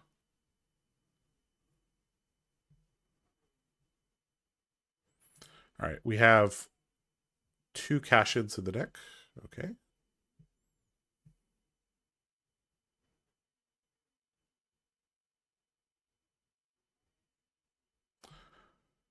Okay, if he has, he probably has in the swing or response or take the upper hand, which is very annoying for us to block. Let's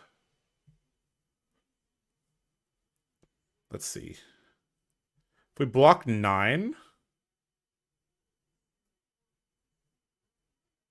we'll have 2 vigor tokens. Is that good enough? I think we want to deny gold, so let's just overblock. We also could block for 8 and then play hold the line. And then we'd have that's not very good. Let's just block for 9.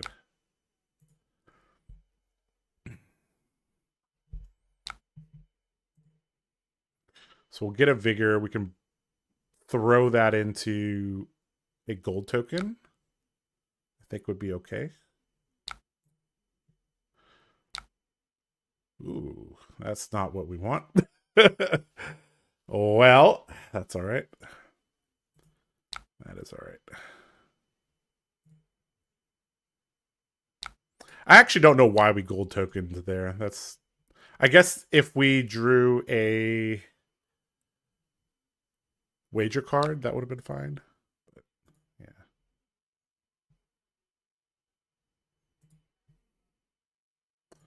This guy's seen 1, 2, like 5 of his Sickened Fates in the first 7 turns.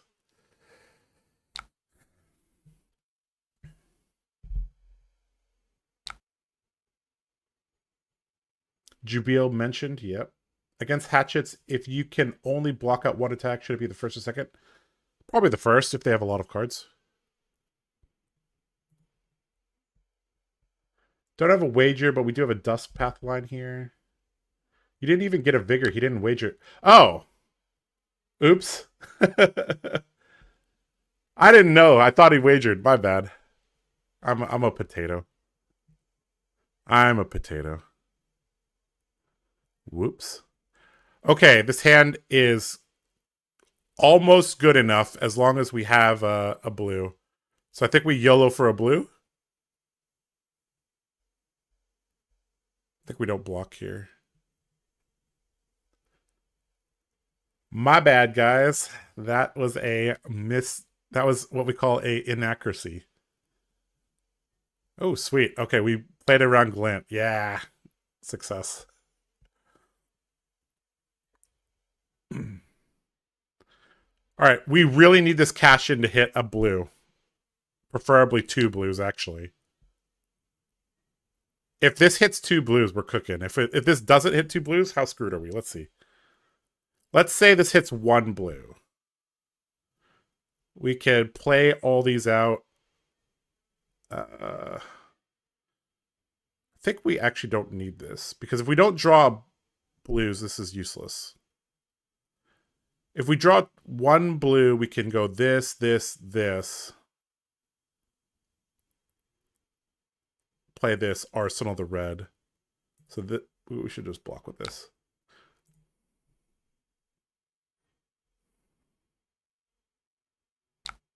Actually, I probably should have blocked the plow through. Yeah, that's another mistake. If I block with the plow through, I have the resource for the bolter swing. Whoops. Ugh, all these lines to consider, guys.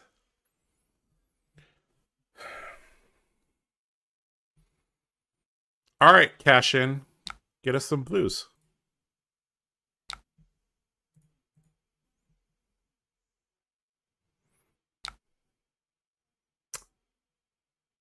Well, that's pretty bad. All right, how do we recover from this hand?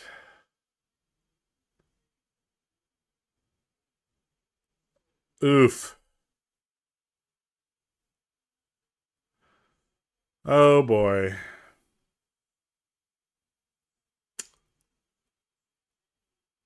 That's bad.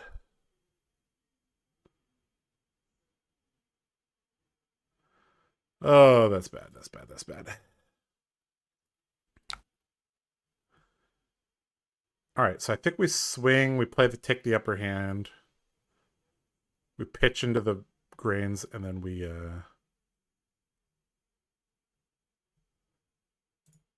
yeah. Actually, we may not even I think we want the D-reacted arsenal. Do we want to wager? Yes. You're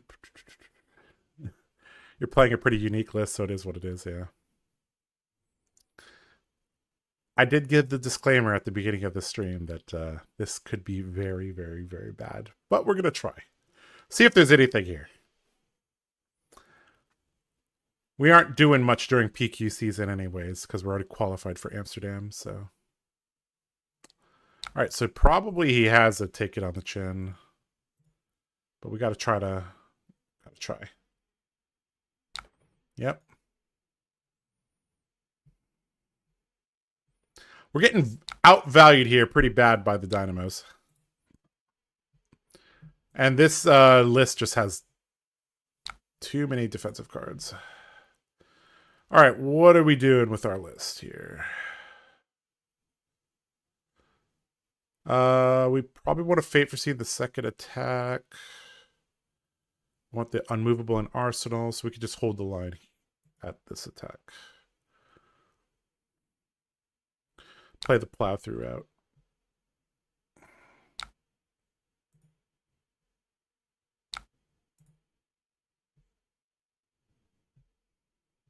Very efficient turn cycle from our opponent.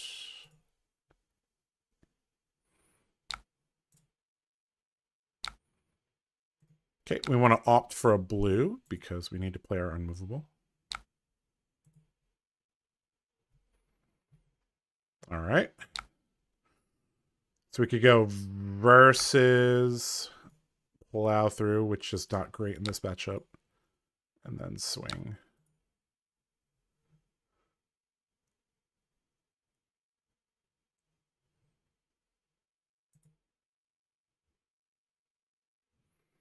Okay, on hit, we get a courage token. Looks like, nope. Okay, we can arsenal the unmovable, which is nice. And we opted... Oh my goodness, this deck. We opted the red to the bottom, but we still drew 4 reds. And this hand sucks if we... Oh my god. We block with 2 cards. We can't even play 2 cards. How bad is this? Jeez, we're drawing like crap. Commanding for forward's not very good against this deck. Plow through, not very good against this deck. So we'll block with those. All right. At least we can versus swing, I guess. I feel like we kind of need a vigor token, though, to use our bolters, which is kind of something we need to do. The next dust path we draw, we have to play it. So I think we just swing and prep for grains. Hopefully he doesn't block this, that we could grains. Yeah, he's not. Great. Okay, of course. Okay, are we all out of defensive cards yet? That's 3 taken on the chin, 3 sink below, 2 fate proceed. So he has 1 defensive card left in his deck. This guy has seen every defensive card in his deck except 1 in the first 10 turns. Holy crap. Oh my god. Okay. I think we block with armor, and then we use a blue and unmovable that we could strike back with 3 cards.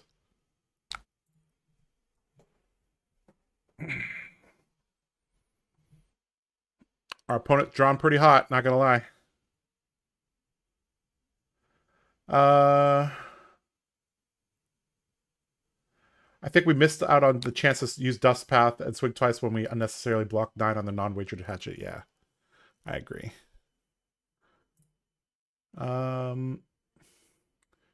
Just hopped on and had to do a double take when I saw Iron Song versus, and then had to quadruple take when my eyes saw Dawnblade and not Sabers. What are you cooking, Josh?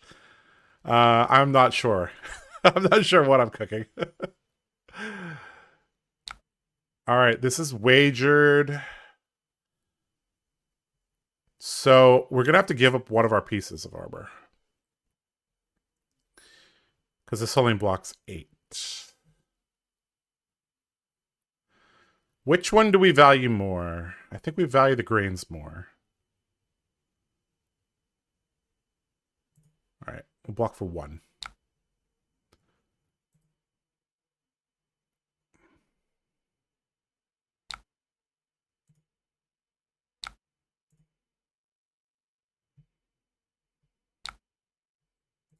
All right, sweet. We get a gold token. Oh, sorry, we get an agility token. My bad. Sweet, we don't have to use our boots. Oh, actually, without a vigor token, we're unlikely to hit. All right, let's try it. He only has 1 more Fate Foreseen in his deck. Do you think he has it?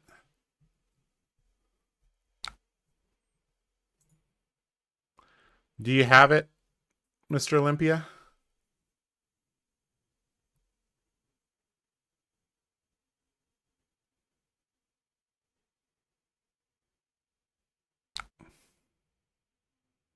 Sweet.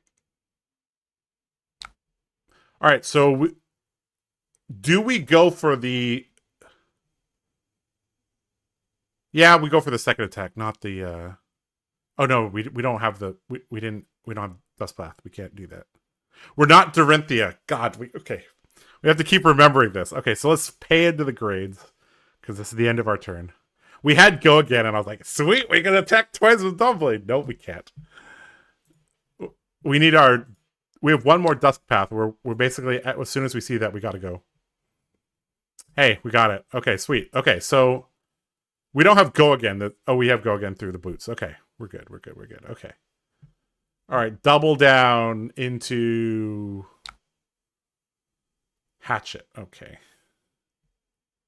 So he probably has upped the ante.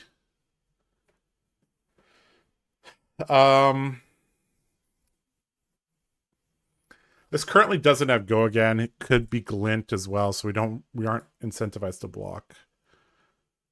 Plus, we kind of want to keep our hand so we can pressure, so we won't block. Dawn played Olympia. Bro, what is that sauce? You're seeing it right now. All right, up the ante is going to create a ton of tokens. Not much I can do, though, without a direct.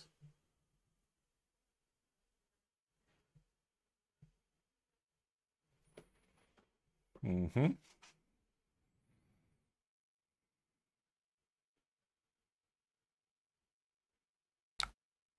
All right. Let's see. We need 2 resources for Dawnblade, 3 for Stroke, 4 for Pilgrimage, 5, 6 for Grains. So we actually have we have extra resources. Let's pop the gold. Gold's the payoff, guys. All right, now we have a... Okay, this Stroke of Foresight is going to have to get one of these blues out of here. All right, we'll go Dusk Path, pitching...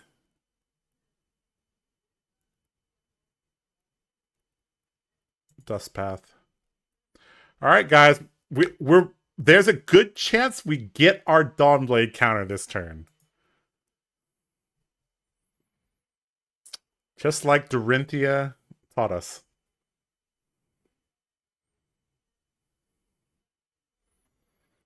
This is why I love Fab. No one considered Axe Story for so long, and maybe the deck doesn't have, maybe the deck has traction. Who knows? Yeah, who knows?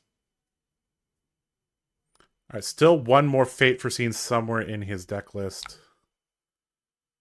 He's blocking at +1. Okay. All right, let's Stroke of Foresight, see what we draw. We definitely want to get one of these blues. Oh, jeez.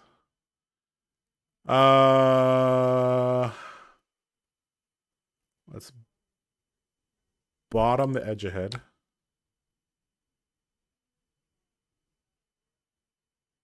What the heck just happened? Why do I still have... I don't know what's going on. Why do I still have 4 cards? All right, Iron Song response. Shit, we didn't need the Iron Song response there. No! Oh my god, potato. Oh my god. Now we're not gonna get a top lane counter. Oh no. Okay, we did need the Iron Song response there. Okay. Because he had Fate Foreseen. Okay. Alright, I don't feel as much of a potato. Oh, we better turn our boots on. Turn our boots on. Turn our boots on. Is it on now? Or did we have to turn it on earlier?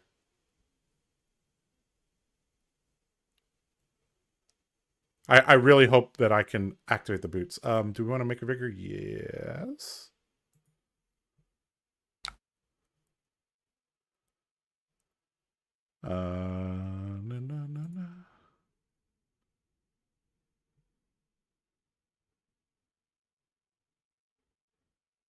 No, it didn't do it. Oh.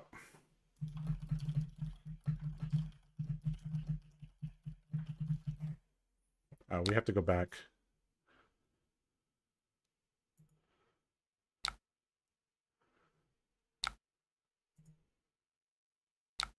Let's see. Dust Path. Oh, shit. I popped the gold first, didn't I?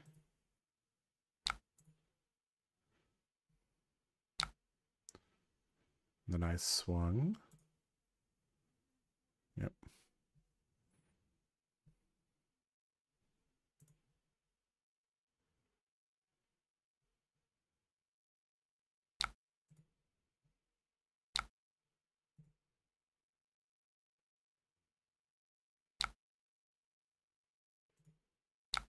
Okay, now it's doing it correctly. See, I had an extra card as well for some reason.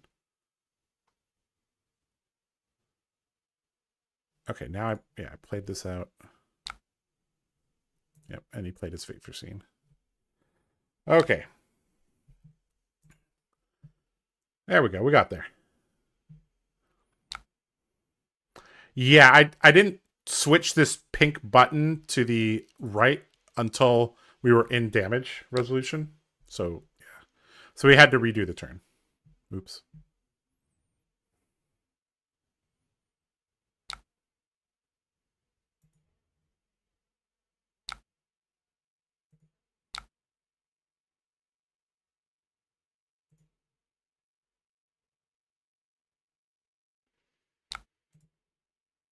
Yeah, this is only for 3. This is not going to hit. Boo. Oh, this game is rough.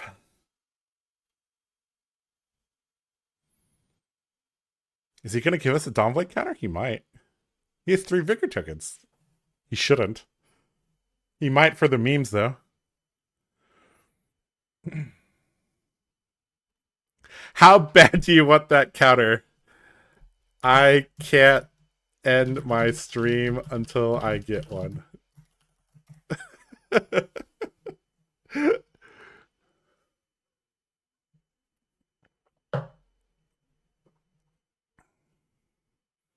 And he said LOL.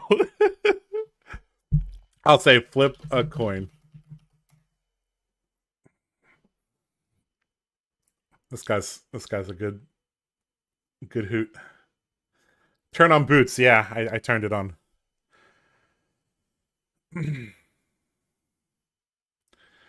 Why not play Hold'em to get to 4? I probably should have. You're right. We're making misplays. What if it lands in the middle? Oh, looks like he's gonna let us hit. Sweet.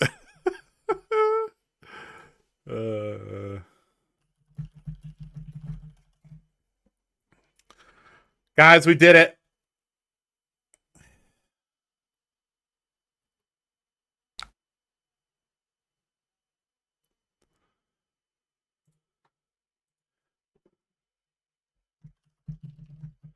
Oh, this guy knows about the coin flipping in Olympia. All right, guys, look. We did it. Take a screenshot, boys. Dawnblade with a counter on Olympia. Woo! Achievement unlocked. All right, now what? Now what is a good question. Think we again don't block the first one. Let him play his Blade Runner. Oh, Blade Flurry, even better. We can meet it with a Sink Below.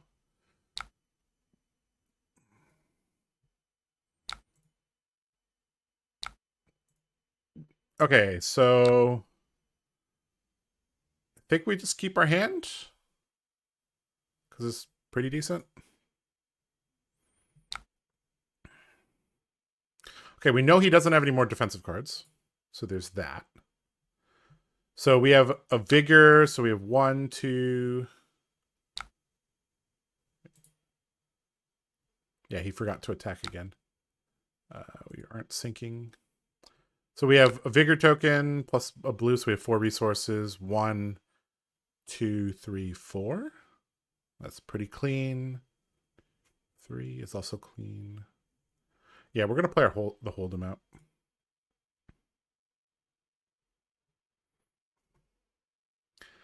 Not playing Hold'em keeps hidden information. They don't know if it's a pump or not. Yeah, that's true. This way you can bluff a reaction. Yep. Got to remember the good old Dory fundamentals. Yeah, we're keeping our hand. We're gonna drop to 7. This is dangerous. We did it. That's so funny. Woo W. We found the payoff. Dawnblade counters are the payoff. Not gold. Dawnblade counters.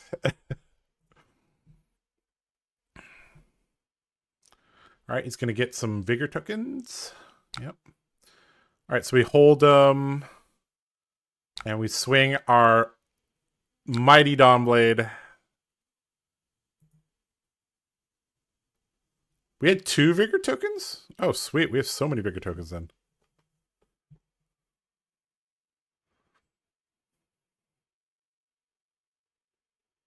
Okay. Sweet. Puncture value, baby. Let's see if 2 plus 3 is greater than 4. We'll find out soon. I think we puncture here, but keep that response would be best. Yeah, let's do that. Because we're getting down to the endgame situations where if I have a Vigor token, I can swing Dawnblade and back it up with the response, which is nice. All right, make a Vigor token. Sweet. So we can commit every card to defense now. Why do I have 2 Vigor tokens? Oh, I won the wager. Right. Okay. Yep. Okay. Guys, I'm a little rusty on Olympia. Not gonna lie. Ooh, we could just raw send Nourishing. Oh, well, no, we want to keep our Dawnblade counter. Dawnblade counter gonna bring us victory. Oh, Burdens of the Past. Oh, man. This could actually be live. Sync, Fate, Hold the Line plus a movable is more than 10. Let's see. I'm at 2, 4, 6, 7, 8. I'm at 8 in the graveyard now. All right. So this does not have Go again. If this is Glint, we're just going to have to give him Reprise, unfortunately. So I think we double block. Is that the best course of action? Yeah. Yep, we're just blocking a bunch this turn. If this is Glint or Blade Flurry, we're sad. Okay, it could be Overpower as well, I guess. All right, you got it, boss. Okay, we got 2 Vigor. So we have extra resources so we can pop the gold. Let's see what we draw. Ooh, okay. All right. Maybe we can catch him with his Nourishing if he's running any. So 1, 2, 3. Yeah. That's not too bad.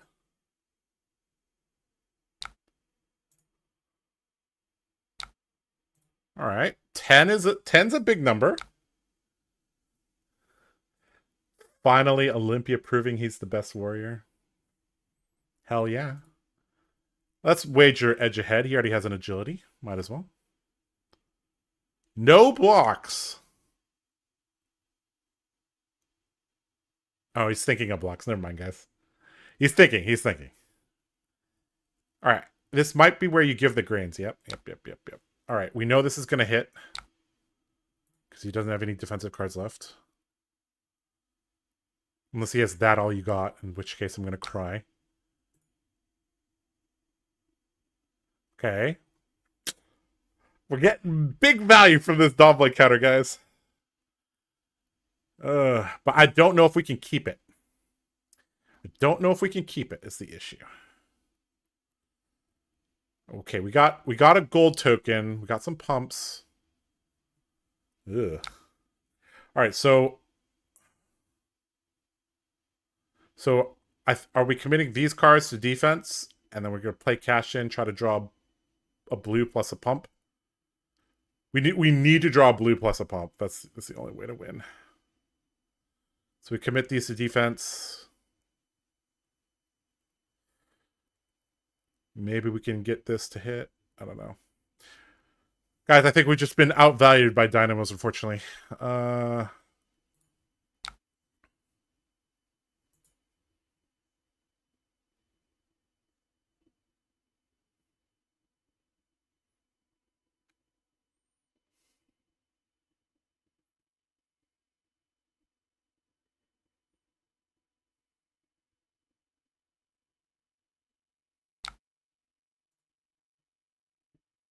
Oh, these Dynamos give him so much value.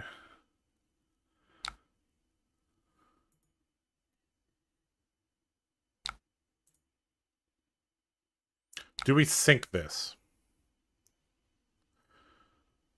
Ooh, that's a good question. An extra look at a blue plus a pump.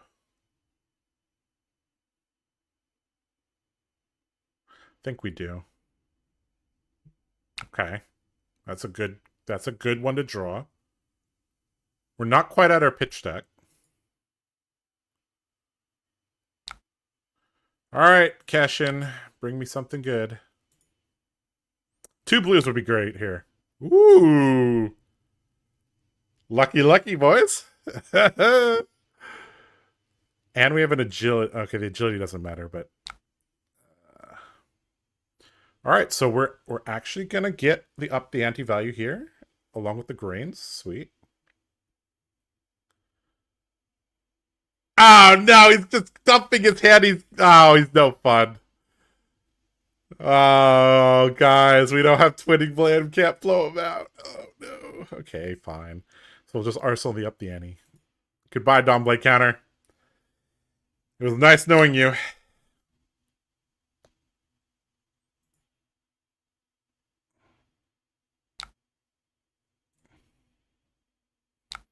Oh, baby, baby. We got double up the ante. Holy crap. Guys. Math. Math is for blockers. It doesn't matter. We're playing this hand no matter what we're doing. Okay. Pitch the... I guess Dust Path first would be best. Okay. Okay, so this gives +3, and this will give +6, right?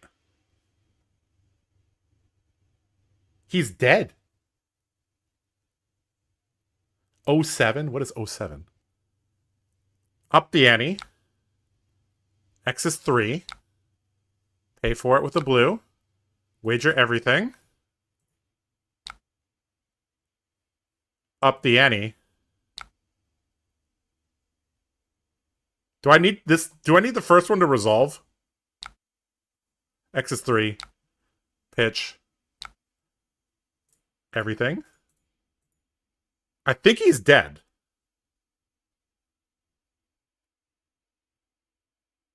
He said GG in chat. So this one gives +3. This one gives +6, right? Oh my god, guys! Guys? We upped the ante for sure.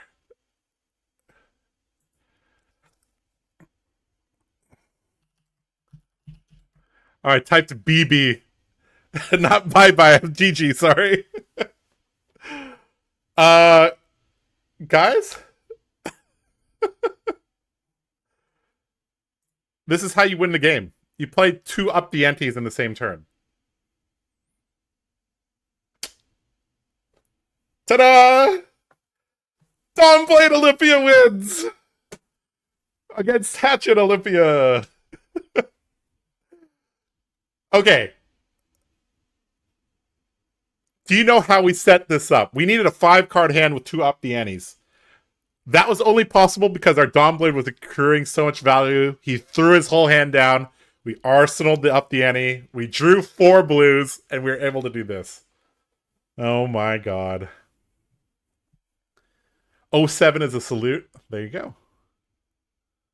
Double ante is 12 damage with Dom Blade. Yeah. Dom Blade base is 3. The first up the ante is 3. The second up the ante is 6. 3 gold, 2 agility, 2 vigor. That's pretty good. Maximum overvalue. Sheesh. 07 is a salute. It's like a head and arm. I see it now. Edit. We did it, boys. Double up the ante is broken. Ban Olympia. Yeah, guys. Adding 9 damage in reactions is overpowered. Mom, help me. Double up the ante is one of the most busted things you can do at reaction speed in Fab. That's true. 9 damage out of anywhere. Even when you win, you're still contributing to Olympia's 36% win rate by killing another Olympia. Yep. I'm just tanking the win rate, guys.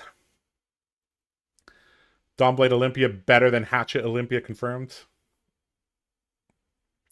Well, by this one game sample size, yes.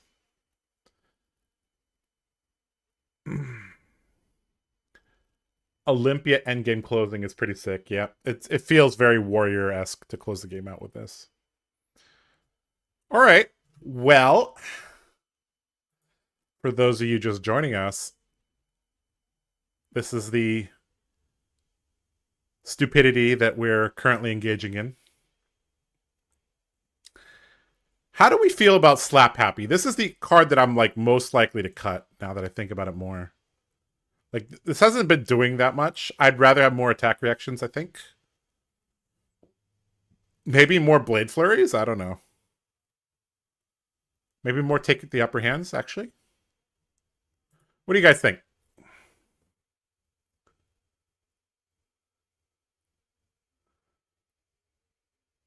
Cash in into 2 up the antes? Yeah, that would have been nice.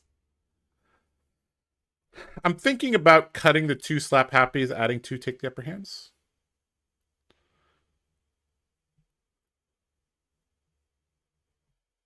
I think. I don't know what else we would want to play. Like, let me guys show you what I was. So I was like, okay, show me the warrior actions. Sorry, the where's it? Non-attacks. All right, so I asked Fabry to show that to me. So I was like, Blessing of Steel, no. Cleave doesn't even work. Commanding Performance is good enough. That's in the deck. Dauntless. That'd be pretty good against certain decks. Double Down could be. I don't know.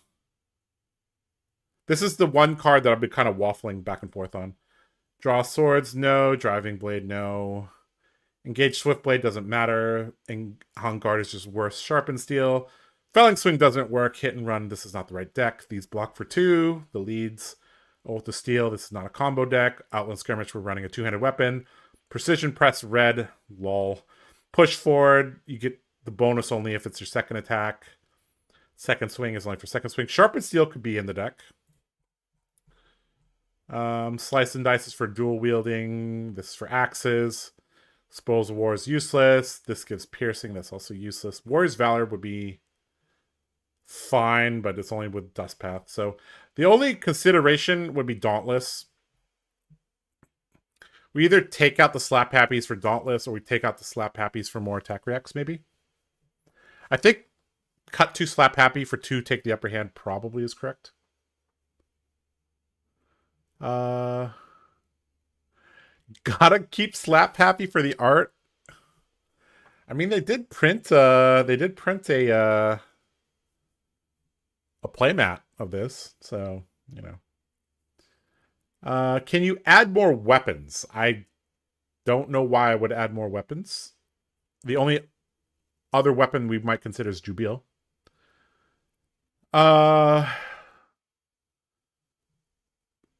What are you thinking about using the new Olympia specializations for?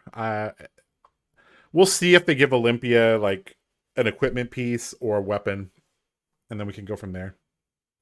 I'm kind of hopeful because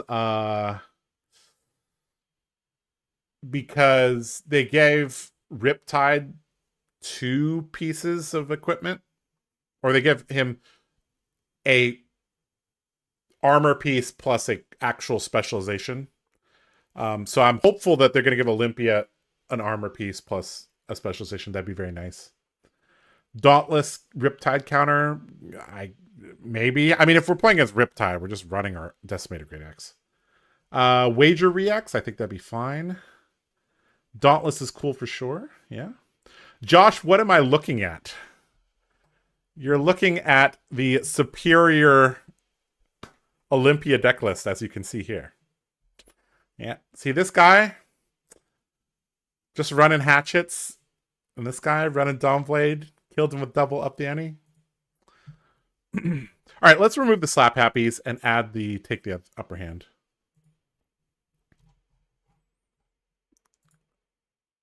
All right, take the upper hand.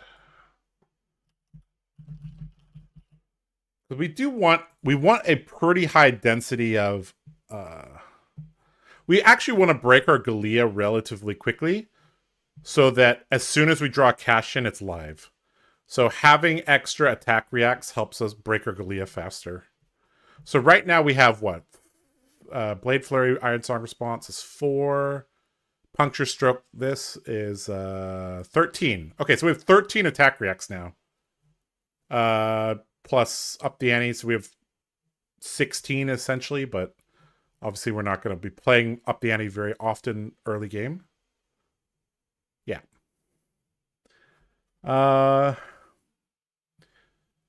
Slap Happy is like a red pitch you can use to prevent 2. So Slap Happy, the idea behind Slap Happy was like with the ratio 34-324, you are going to draw quad red hands, and then if you draw a Slap Happy, it kind of negates it. Plus with Slap Happy, you can block 11 and swing 3, so you're guaranteed 14 value out of your hand. So I thought, okay, that's not too bad.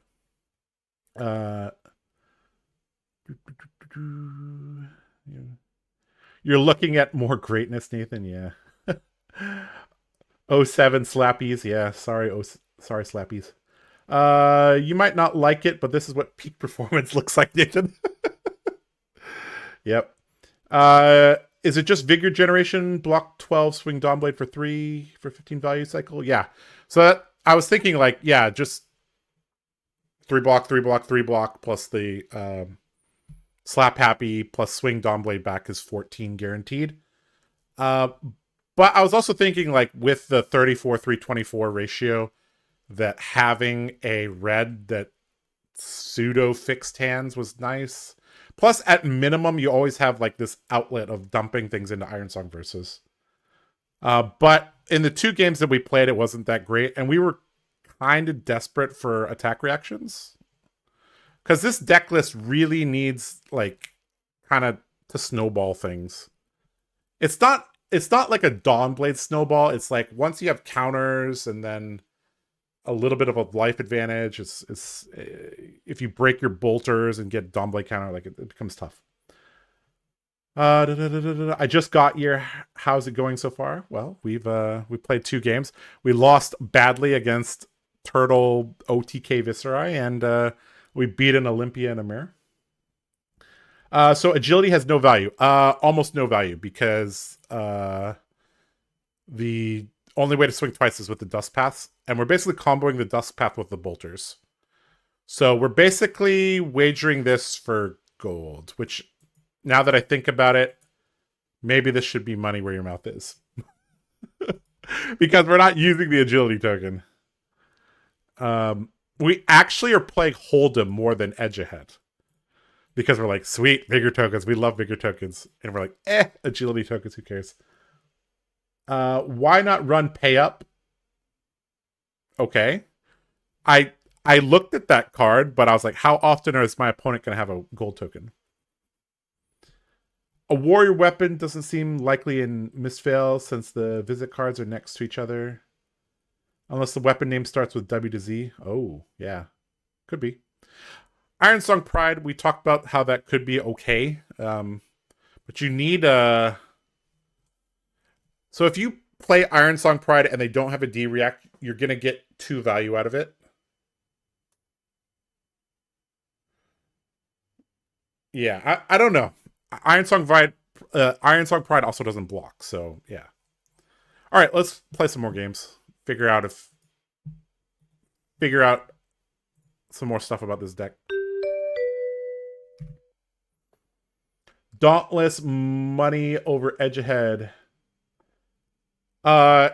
Yes, because we actually don't need that much gold.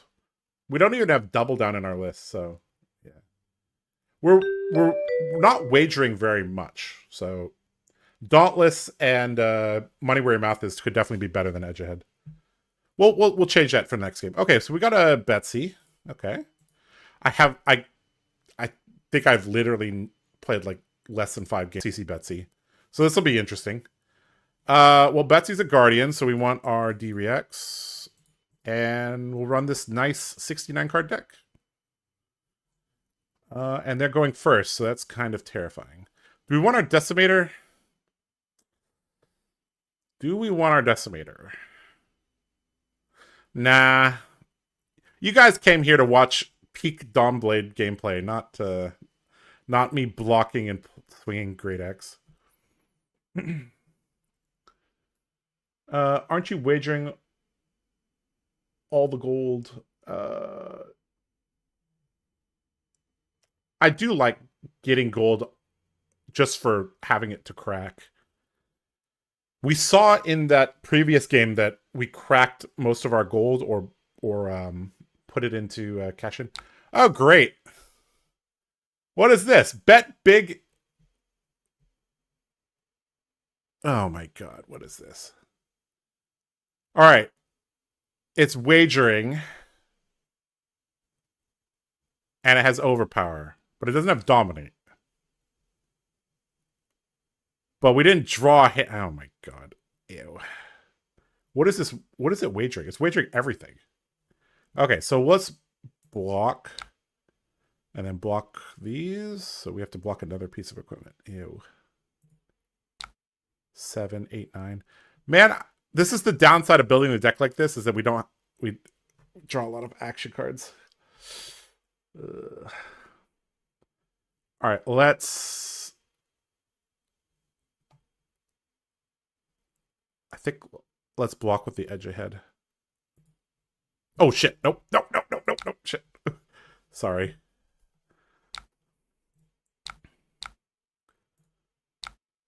My bad. Betsy will be fatigue. Really? I know that there is a fatigue list out there, but free gold, jam the armor. Yep, that's what we're doing. All right. Hopefully this commanding performance will allow us to do something cool. All right. He did an arsenal. What?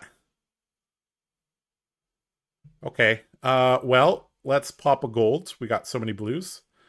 Let's start thinking about our pitch cycle. What's good late game? I guess technically the Nature's Path is probably the best, so let's pitch that away. Draw red, please. Or an attack reaction would be nice. Okay. I mean, we could try to go for a double swing here, but we didn't block with our boots. It's kind of unfortunate. We could just use the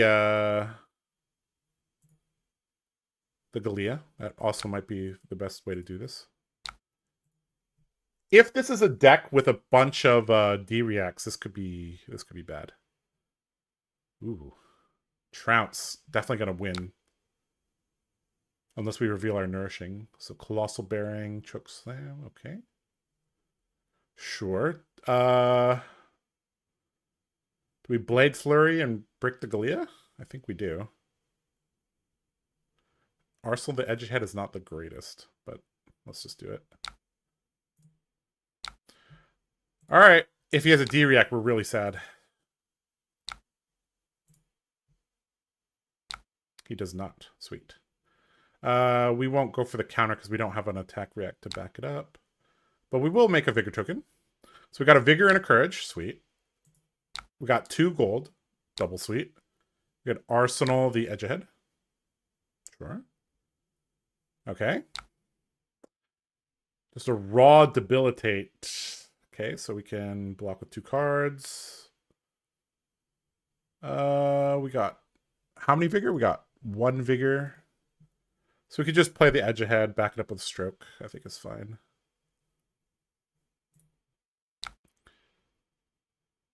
Yep.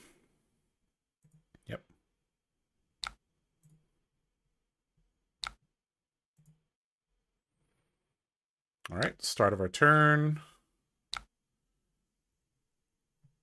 We also have the option of popping the gold. Let's see, if we pop our gold, we'll have 2 floating. So if we draw red, that's bad. So we don't want to do that, actually. So let's go versus edge ahead, pitch edge ahead, Dawnblade. Do we want to wager? Yes.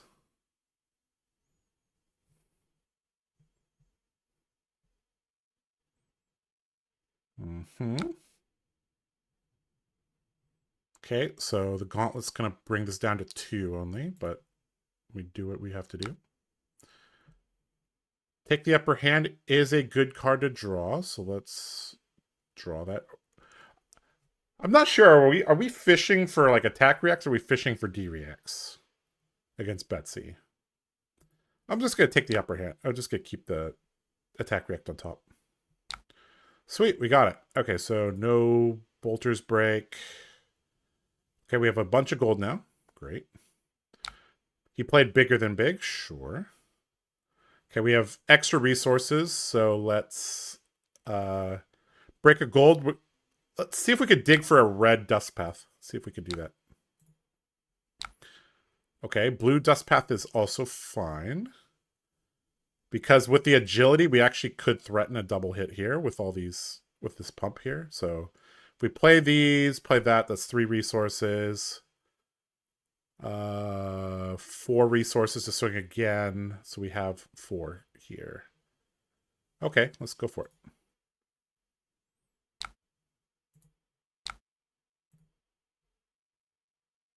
All right.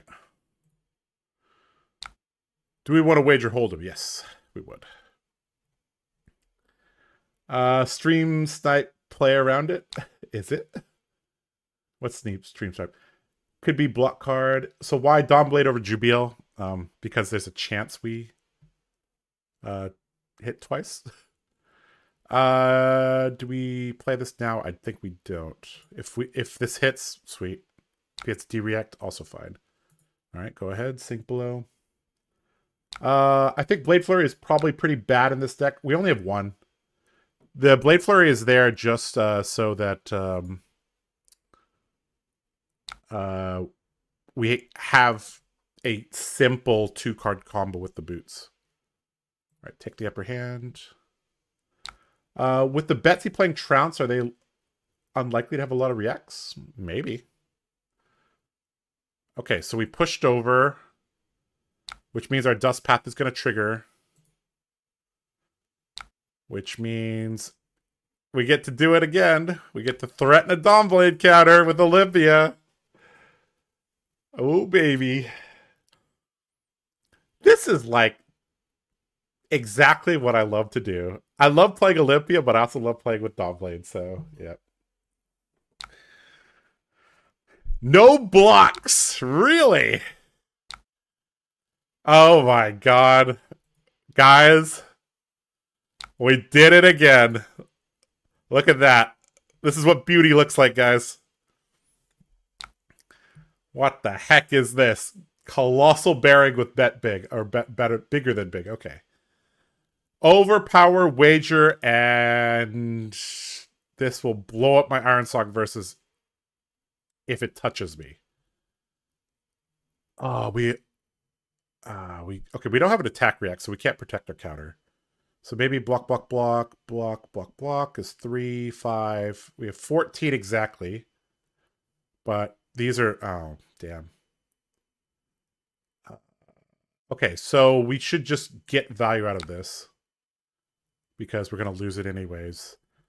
Let's see here. We have a Vigor token, so we could go pump, swing. This actually will get her armor here, I think. Because we have the Vigor token. Pump. Yeah. Yeah. Okay, so we'll just take 13.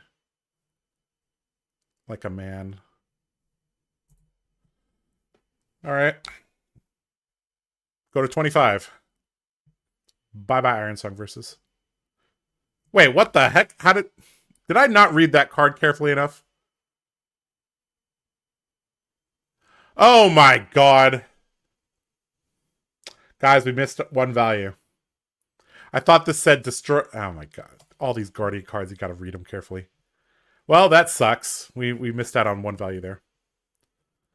Live and learn.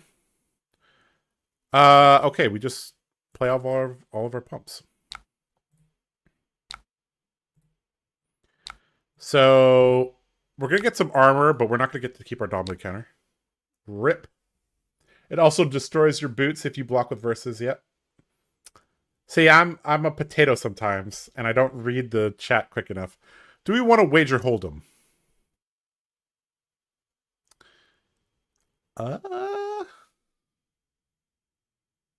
There's no chance this hits, right?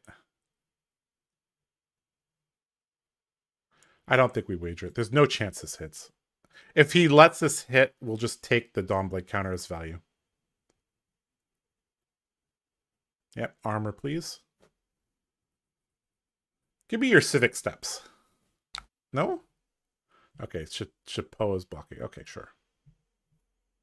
All right, Anathos is going to come back the other way, I presume. Oh, no. Okay. Sweet. Then we can pressure with this. Sweet. This is like the deck that I've found commanding performance to be the best in, guys. Like, there's no pressure on our energy to hit twice. Okay, so we lost the wager. Sad day for us. But we can puncture.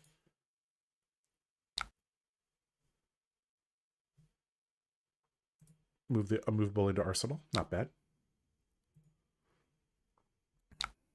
All right, both of us have 3 gold. We could just call a truce and go get some beers, but apparently not. Okay, so bigger than big, arsenal to card. High chance that's not a D-react, so let's pitch the Emboldened Blade for gold. Or pitch, activate the gold. Ooh. Ooh. Okay. Sure. Cash in, draw something. Okay. This is not quite what we want. Let's see. 1, 2, 3, 4, 5. We have 7 resources, so we're too inefficient. Do we break the other gold? How many cash-ins do we have? We're moderately likely for this to hit, right?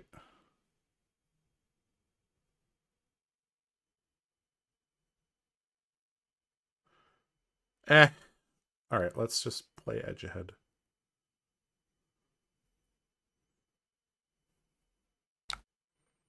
And play edge ahead.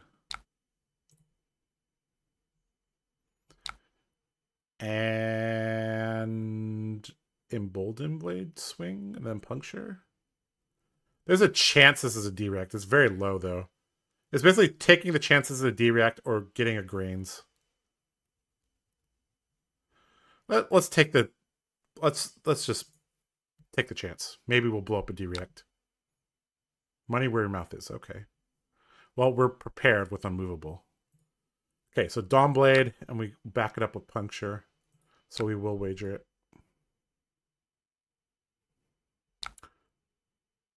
No blocks. Interesting. Okay, we'll puncture then.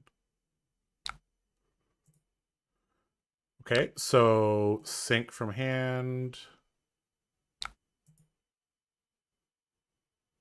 Okay, so it hits. Sweet. As long as we have a blue, we're good. Yep, okay. All right, money where your mouth is. Spinal Crush. Okay, so we have 8. This doesn't have Dominate, right? So we have 8, 9, 10, 11, 12, 13, 14, 15, 16, 17. Sounds good to me.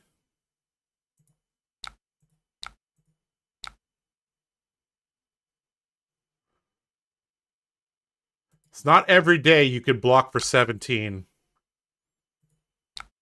Unless you're like Briar from 2021.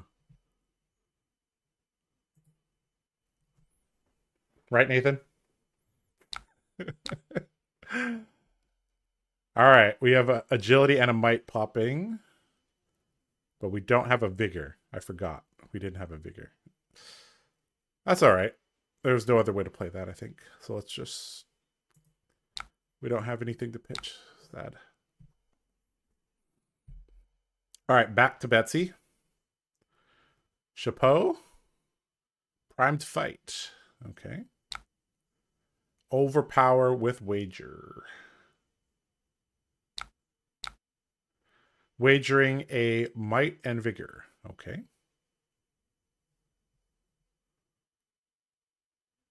So we can block if we want. We probably want to deny that.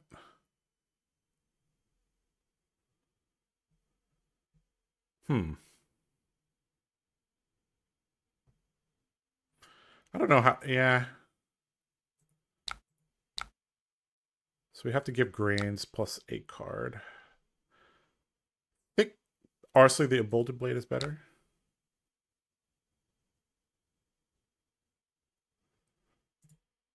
Only sink below so far. So maybe... Yeah, I guess let's just do it like this. We might just crack a gold, so maybe we could cycle a better red into our arsenal. Let's see. So if we... Yeah, let's try to cycle a gold into something better. Okay, that's acceptable. Okay, so this is coming at a break point. On hit threatens grains. We get to Arsenal of Fate Foreseen. It's not too bad. Nathan misses Briar. I know he misses Briar.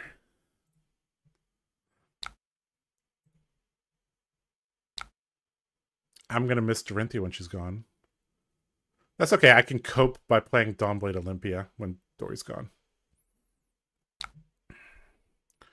All right. Betsy wagering again.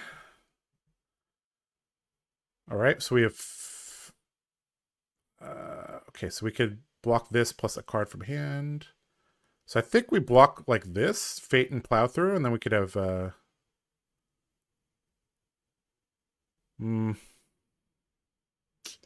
Actually, take the upper hand is probably the weakest right here because we don't have a wager card. We could dig with the gold for a wager card. That might be okay. I kind of like that. Let's do that.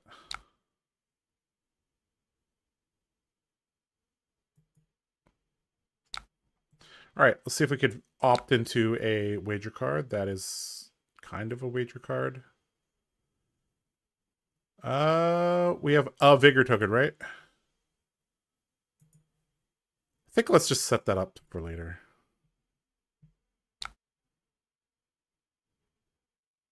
Because it doesn't even hit Nature's Path either. All right, let's try to draw a... Okay, well... we drew Kasha. Let's dig in. Let's dig some more. We need a wager card. Those are not wager cards, deck. Okay, we could go... Ew. Well, this sucks. We go edge ahead swing. Take the upper hand. And then Arsenal of Fate Foreseen. That doesn't seem good. It's super obvious we have what we have, though, when we do it like this, but whatever. Okay, we put up the Eddie to the bottom. I don't love that we're putting 2 red sticks to up the Eddie.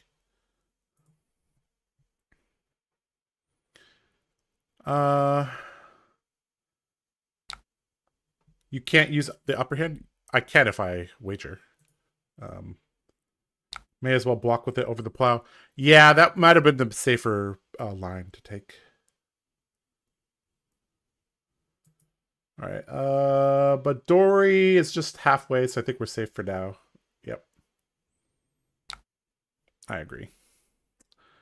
We're not making a vigor. We're just going to Arsenal the Fate Foreseen. Okay, another setup turn from our opponent and our hand. I mean, we can't play everything in our hand. If we crack a gold, draw blue, we could use our whole hand. Is it worth the risk? This is basically the equivalent of Scab Skin's math, but this is for Warrior. If I draw a red, my turn kind of sucks. If I draw a blue, I can actually utilize every card in my hand, which is nice. Let's take the risk. We're ahead. All right, deck, give me a blue. That is not a blue. All right, so this is kind of like rolling a 1.5 in Reinhardt. Okay, so how do we play out our hand? We play these and swing. Pitching these would be fine. Or we could play these. Pitching these. I think that might be better. Let's try that.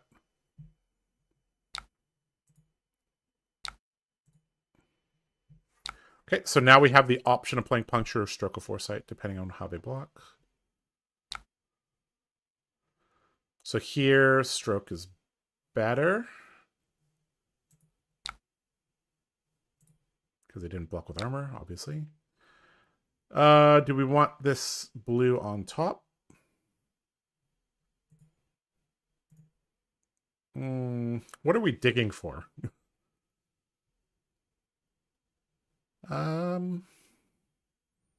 This is such a vanilla card. Let's just get it out of here.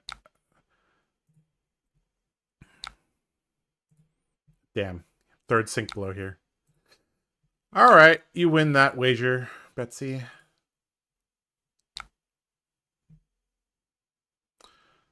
Okay, so I put up the ante, red, red, blue. Red, red, blue might be the best too. Yeah, let's go red, red, blue. Ugh.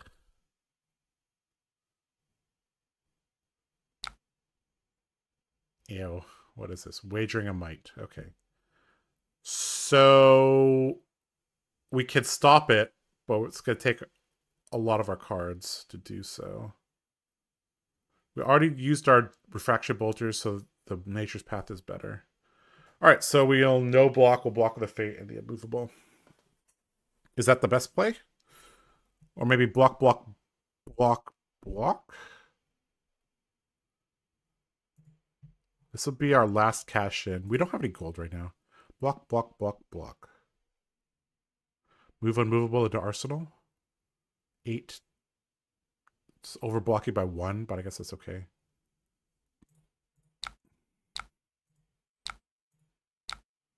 Yeah. It's not like we have a Dawnblade counter to protect.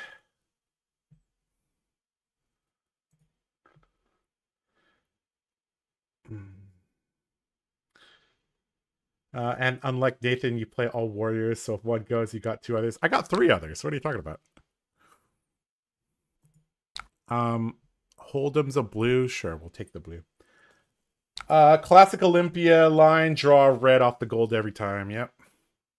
Sometimes you want to draw red, sometimes you want to draw blues. So, here's what it is.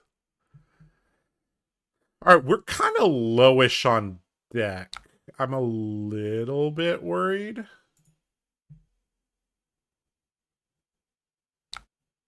Just a little worried. All right. Tech plating.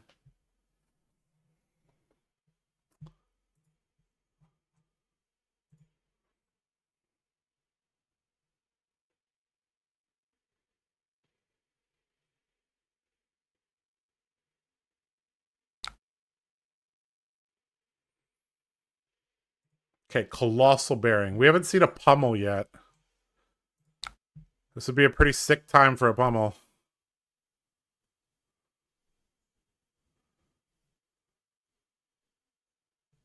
Do we just block with these and then send Nature's Path back?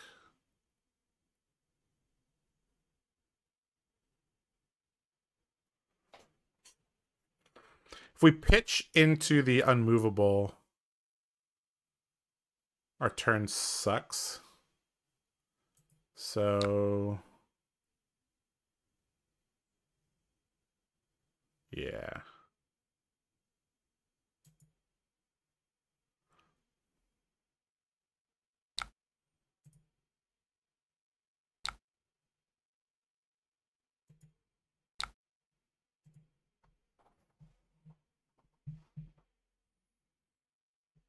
No pummel?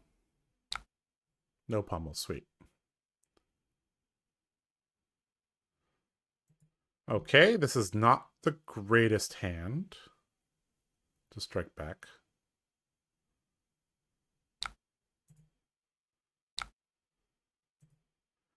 Okay. At least this kind of looks scary. Oh, double trounce. Jeez. Calm down. Nourishing one time, please. Nope. No nourishing. Oh my god, I hate this card so much as a warrior. Sure, you got it.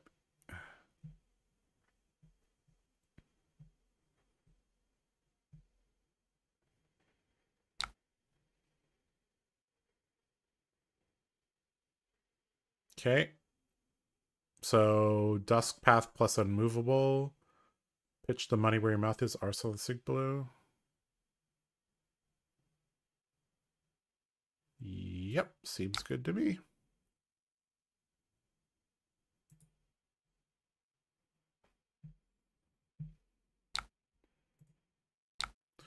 Starting to run very low on cards. We need to be very careful.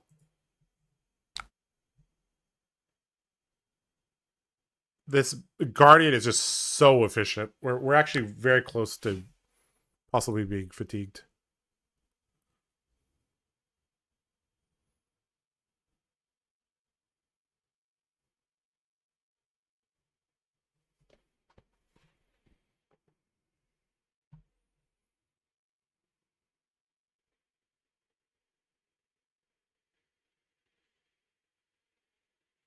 Need to set up another double up the ante hand.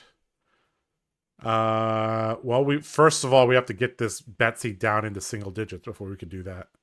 At least they're not running many D-Reacts, so yes, that is a option. We know the position of two of our up the antes, but they're surrounded by reds is the issue.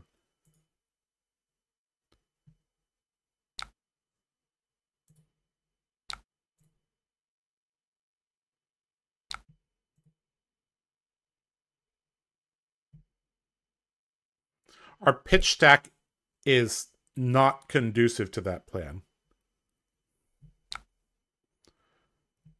All right, money where your mouth is into... Okay. I mean, we're running out of attack reactions is the issue. If we block with one card and sink... No, that doesn't work. This hand's awkward as hell.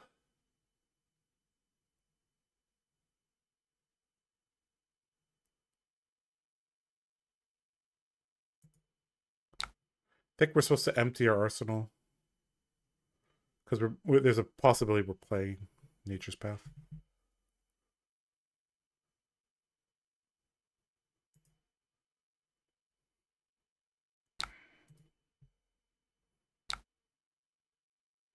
Could also sink this. That's not bad. Yeah, let's see if we could get something better. All right, activate a gold. That's not what we want.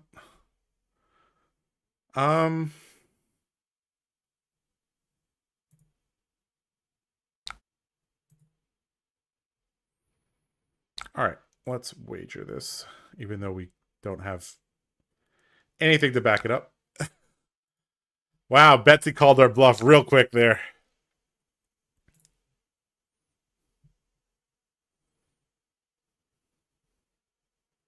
Okay, here's an up the ante. That's good. We need to move this into Arsenal.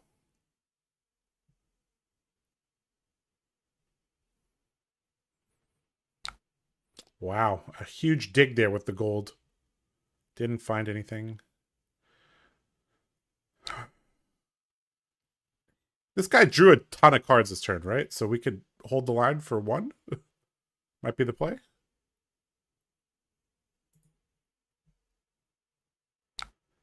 I think he blocked for a bunch. Or he drew a bunch of... Yeah, he did. Okay, cool. Okay, we can hold him, swing up the ante. And grains. It's decent.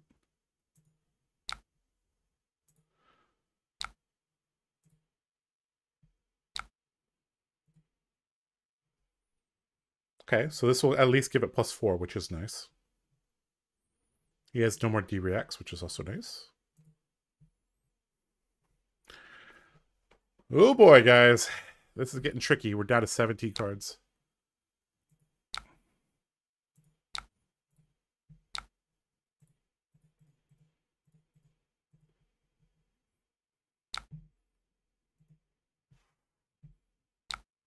Oh no, he has unmovable in his deck list. Uh-oh. Maybe we should have brought our Decimator Great Axe. Okay, there's our up the ante. We've hit our pitch deck. Should be 2 reds after this.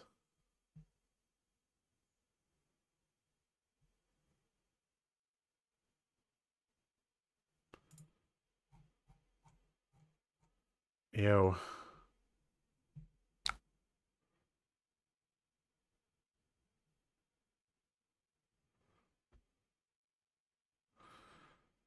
Oh my god. Okay. If we block with our up the ante, I don't think we could win. I don't think we could win either way, but like this is our only chance possibly. So our turn just Nature's Path swing? That seems awful. I guess it is.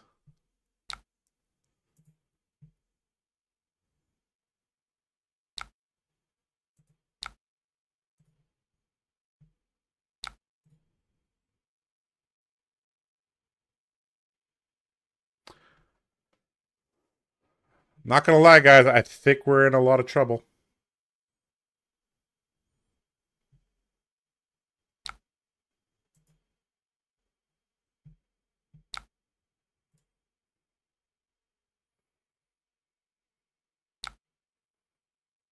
No, no, not now. We have to give up 2 power cards. And our greens.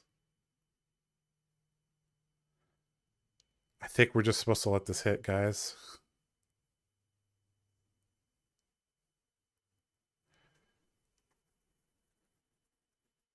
Can we win the game if we don't play up the... I don't even think we could pitch stack it correctly anymore, because the next up the ante is surrounded by reds as well.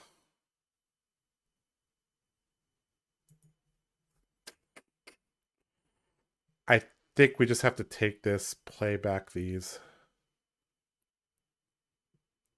I don't see a world where if we block with these reds, we're gonna... We could block this plus these. Swing back. It's really weak, though.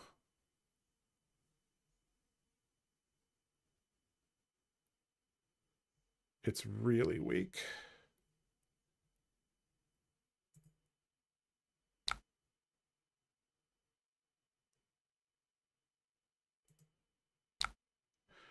Oh, jeez. Okay, all right. Well, I mean, we have to go for it.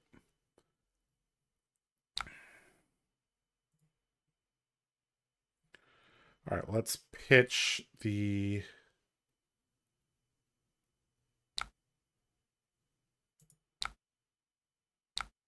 puncture. Let's start a new pitch deck right here, if we can. We need to put 3 blues next to this puncture. Okay.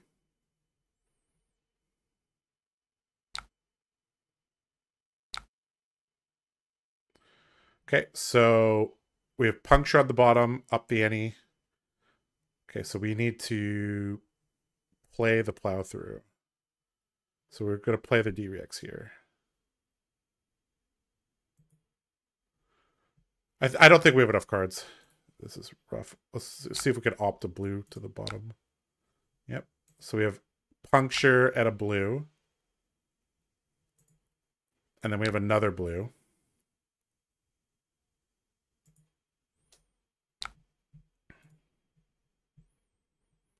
Guardian's too efficient, guys.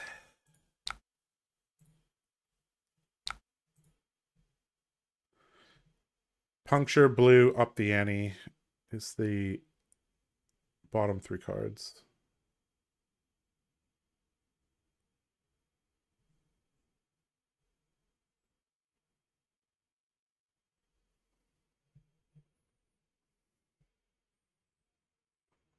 High inertia. Dawnblade Olympia. Oh, Lord. Oh, Lord. Can you put the list in chat? Sure. I don't recommend anybody plays it, but yes, sure. There you go.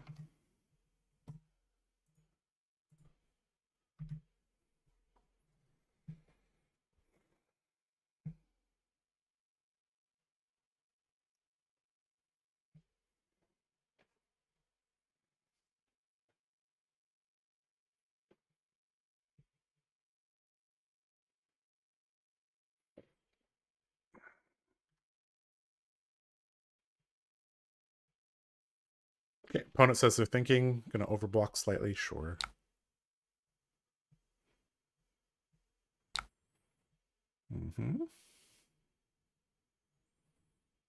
Okay, so again, we want to put a blue on the bottom. So we can block.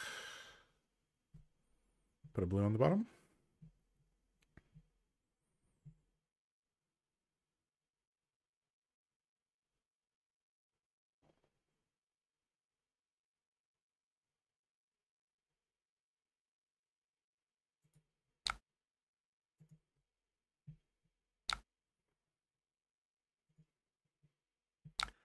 Okay, do we want to draw 4 or 3 cards?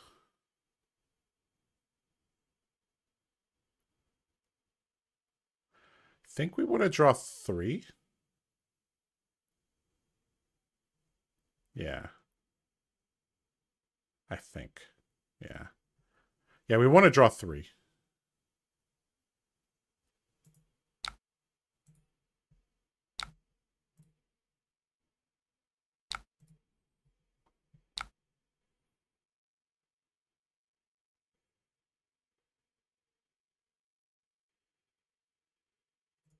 Still has so much armor, so much health, so much cards. Ugh.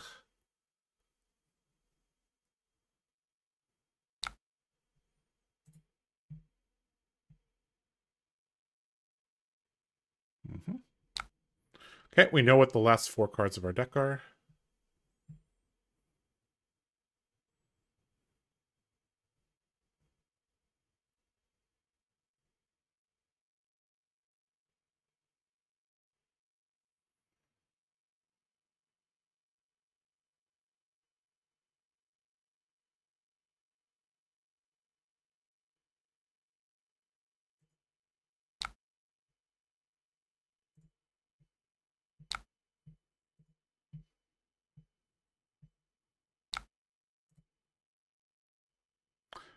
It's gonna blow up unmovable. Oh my god, it did it, guys.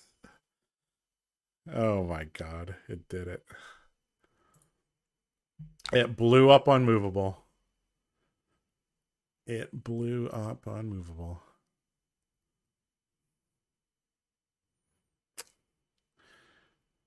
Ah, Guardian is so hard. How's Dory Dawnblade treating you these days? I haven't played Dory Dawnblade in a long time. She's good, though. I think Dawnblade Dory is actually back now. Hog indeed. Emboldened Blade hitting unmovable is pretty good. I don't know what our opponent is thinking. Are they just raging? No need to rage. You've won this game. Even though I have a beautiful pitch tech, and I'm going to double up the ante, you. Oh, it's lagging. Okay, sweet swing.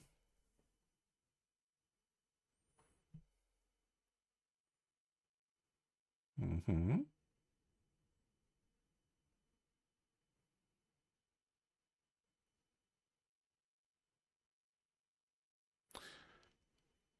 Guardian.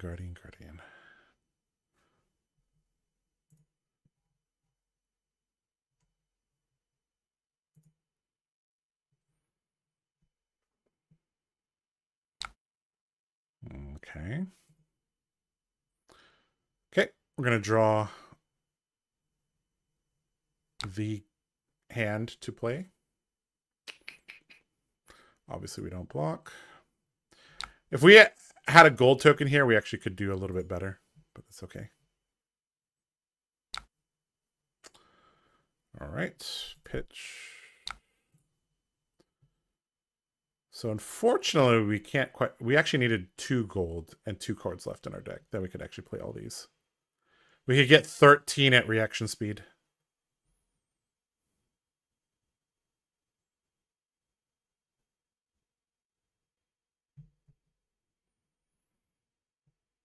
Yuto got second at a PK with Dawnblade. Nice.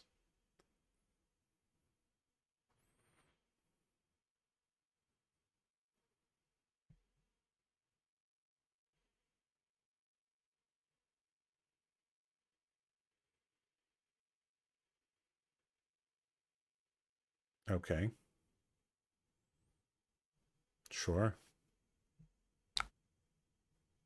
I'm just not going to play my stuff then.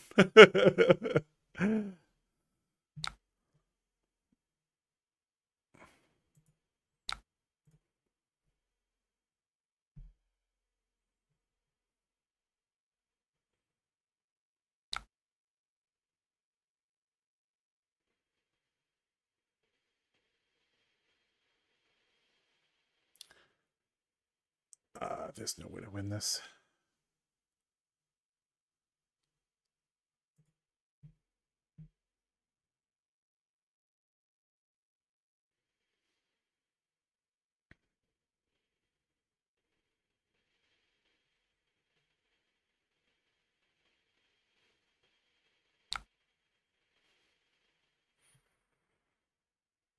Sadness.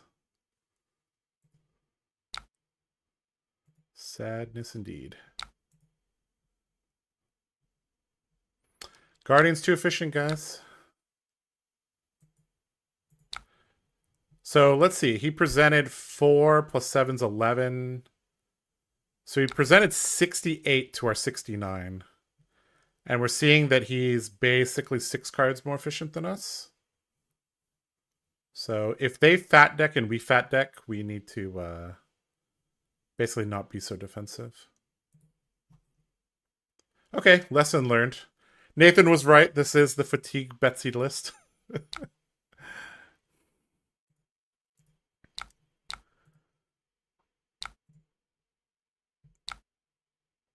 Yep. Tectonic plating showing its value. Because he's able to pitch 2 blues into tech plating. Yeah. All right. He wins the game with 5 cards left in his deck. All right. GG.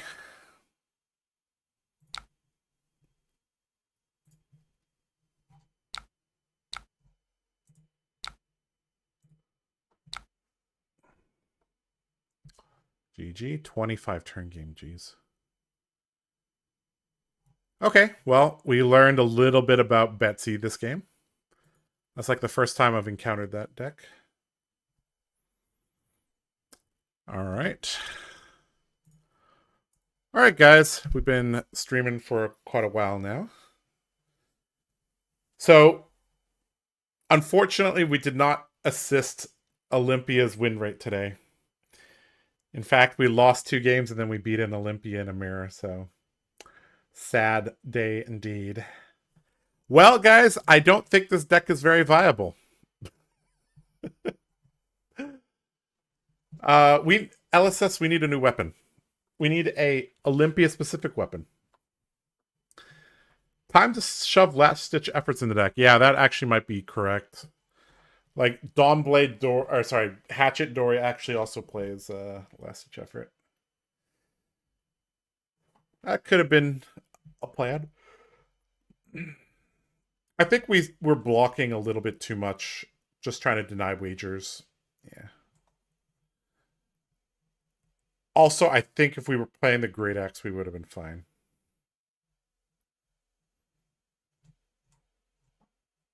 But we didn't come here to swing Great Axe into Guardians. Got it. Dawnblade Olympia is not it. Yeah, it probably is not it. If you guys want an actual competitive list, this is what I would run. You run the hatchets with a decimator, standard equipment, and yeah, you run a couple attack reactions, a bunch of blade flurries, some wager cards, couple, good majestics like commanding performance, blade flurry double down, some payoffs, solid energy base, couple of returning hatchet MVPs like spill blood spoils and take it on the chin, a couple cute 2-card combos like money and nourishing, bunch of defensive cards in the sideboard, time snap to get out of the ALS loop, Fendal's Fighting Spirit for Prism. Yeah, if you guys want a competitive list, play this. If you want to have some fun, the other list is pretty fun, but it's not very good. But we tried. We tried. Ugh. I guess we should just leave Dawnblade to Dorinthia. And I guess there is a reason why only 7% of people are playing with Jubiel. 6%. Yeah. All right, guys. Any questions? If not, we will wrap things up. Again, this is the list for the list that we played today. Olympia needs a new dual-wield swords. I agree. Give him his Fern. If you equip Fern, you start the game with like a bajillion gold.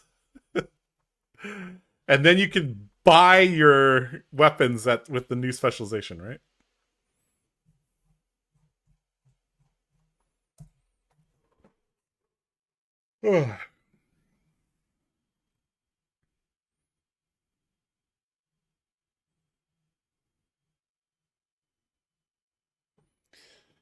Talishar Olympia next set gonna go hard. I don't know about that. If we can remove rust counters, that would be a good start. Maybe if Olympia had like an overstated weapon that generated rust, and then when he played a specialization, he could remove all the rust. Like he goes to the blacksmith, goes to the armory, and the guy there fixes up his weapon. So it's brand new. That'd be cool. Give Olympia rock. That is an option. That is an option. I don't know if that's a good option.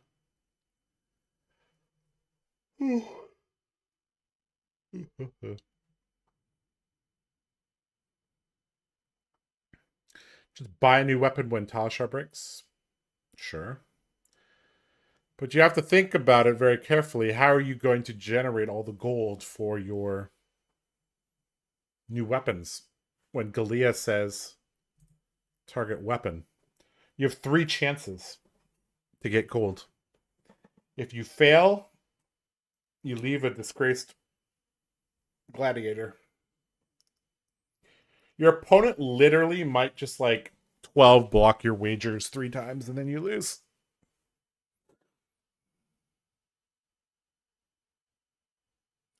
Was hoping the new spec was going to be the hero ability before heavy hitters dropped.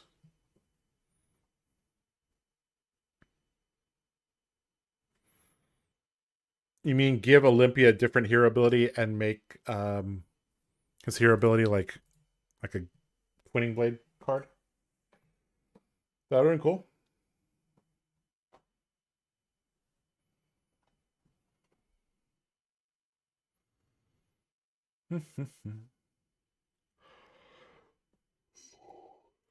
Cash on delivery.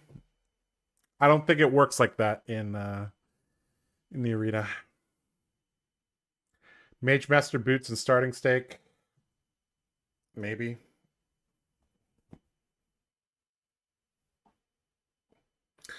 Man, my eyes are real dry now. All right, guys. Well, thank you for joining me today on this ridiculousness journey. What did we learn today? Probably should be playing hatchets with Olympia. But what did we accomplish today? Well, we accomplished getting Dawnblade counters on Olympia. So there's that. All right, guys, I'm going to get going. I will see you guys later. Thanks for watching. Bye-bye.